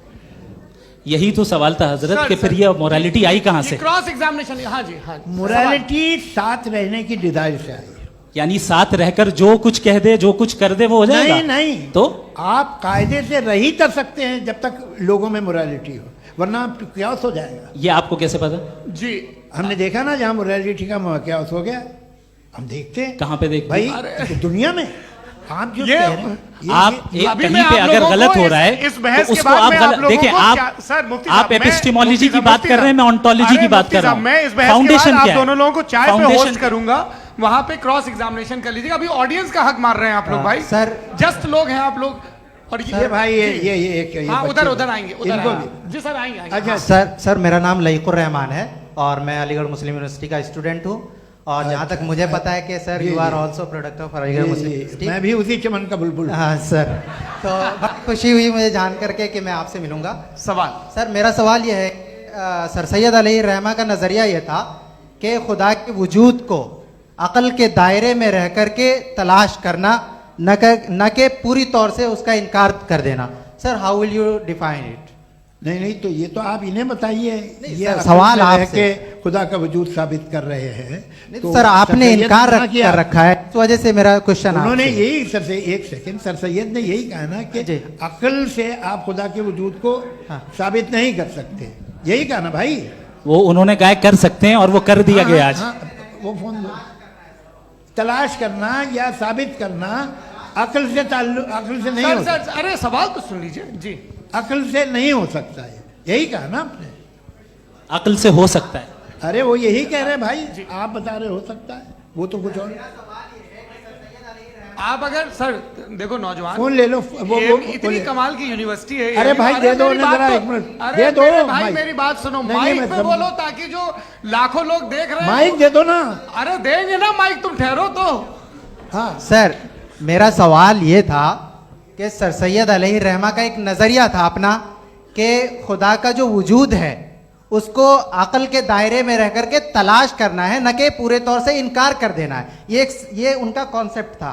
लेकिन मेरा सवाल ये है कि आप इसको कैसे डिफाइन करते हैं, एक्सप्लेन कैसे करेंगे, मैं आपसे जानना चाहता हूँ, क्योंकि you are the product of Aligarh Muslim University. मुझे अकल के दायरे में रख के मैंने बहुत तलाश की, मुझे मिला नहीं। हाँ ये इधर उधर वो चश्मा लगाए जो, हाँ उनको दे दीजिए। जी जी फटाफट पूछिए, बस 5 मिनट है, 5 मिनट में खत्म हो रहा है। हाँ अस्सलाम वालेकुम मुफ्ती साहब। एंड मेरा सवाल जावेद अख्तर साहब से। क्या नाम है आपका? अरे भैया सब मुझे तो पूछ रहे हो। हाँ, फैज पूछिए फैज साहब। तो मेरा सवाल ये है कि अभी जो एथियस्ट है वो problem of evil argument use कर रहे हैं अगेंस्ट मुस्लिम्स, राइट? कि इस दुनिया में इतना सारा इविल है और अगेंस्ट मुस्लिम तो यहाँ अगेंस्ट थियस्ट। हाँ थोड़ा सा करेक्ट कर लीजिए भाई, पूरी मशक्कत ही इसी बात की थी कि किसी एक मजहब पे बात न टिके। जी, तो बेसिकली ये आर्गुमेंट ऐसा है कि इस दुनिया में इतना ज्यादा इविल एग्जिस्ट करता है और अगर एक ऑल गुड गॉड है तो वो रोकता क्यों नहीं है? लेकिन इस सवाल में एक हिडन अजम्पशन ये है कि इस दुनिया में ईवल एग्जिस्ट करता है। अब एथियस्ट ये कैसे ऑन्टोलॉजिकली प्रूव कर सकते हैं कि इस दुनिया में ईवल एग्जिस्ट करता है? मैं आपको बताता हूँ, थोड़ा सा समझा। नहीं सर हम लोग इनको सुनने आए। नहीं please don't do that. I want to explain ontologically. नहीं हम समझ गए सर, इनको अब जवाब देने दीजिए। अच्छा सवाल पूछ लो। मैं अभी तक क्या था वो मैं थोड़ा सा ऐड ऑन कर लेता हूँ। तुम गुरु, तो हम जब इसका राउंड 13 करेंगे ना तब तुमको स्टेज पे बिठाएंगे। जी तो हाँ जल्दी से। तो देखिए एथियज्म के हिसाब से सब कुछ रैंडमली बन गया है, सब कुछ एटम्स और मॉलिक्यूल्स है। एक पत्थर में और मुझ में सिर्फ इतना फर्क है कि हम लोग एटम्स और मॉलिक्यूल्स का अलग अलग रीअरेंजमेंट है। अब एक पत्थर को कोई इंसान तलवार से 2 टुकड़ों में काट दे या मुझे, according to atheism it is same. There is no evil and good according to atheism. जी अच्छा फैज साहब का सवाल ये है कि हाँ कोशिश भी करते तो इससे गलत सवाल नहीं कर पाते। एक लाइफ फॉर्म है और लाइफ फॉर्म में फीलिंग्स हैं, मतलब लाइफ फॉर्म सुनता है, देखता है, टेस्ट कर सकता है, फील कर सकता है। तो उसकी जो ये जो क्वालिटी एक बबल में आ गई हैं वो जानवर में भी है, इंसान में भी है। तो जाहिर है कि उसे कोई तकलीफ पहुंचेगी, तो चूंकि उसके पास वो सेंसिटिविटी है तो मैं करेगा। पत्थर में वो सेंसिटिविटी नहीं है। तो ये क्या सवाल हुआ कि अगर पत्थर को काटा तो पत्थर को तकलीफ नहीं होती, तो आपको काटे तो आपको क्यों तकलीफ हो? बैठ जाइए। जी हाँ अगला सवाल। हाँ पूछे जी जावेद अख्तर साहब। अरे भैया सब आप लोग मुफ्ती साहब को छोड़ रहे हैं, तो मेरे ही पीछे पड़े हैं क्या? चलो बोलो भाई।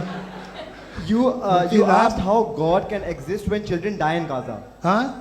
You asked how God can exist when children die in Gaza, and you also mentioned the rise of atheism in Europe. But the same events also are leading many atheists and non-believers to turn towards faith. How do you interpret this contradiction, where suffering pushes some away from God, yet brings others closer to belief? आपको एक बात बताऊं, दुनिया perfect तो कहीं भी नहीं है, हर जगह कुछ खामियां हैं। बेटा एक मिनट, आप ही को कहेंगे, देखो वो तो कुछ खामियां, कमज़ोरियां, खराबियां सब जगह है।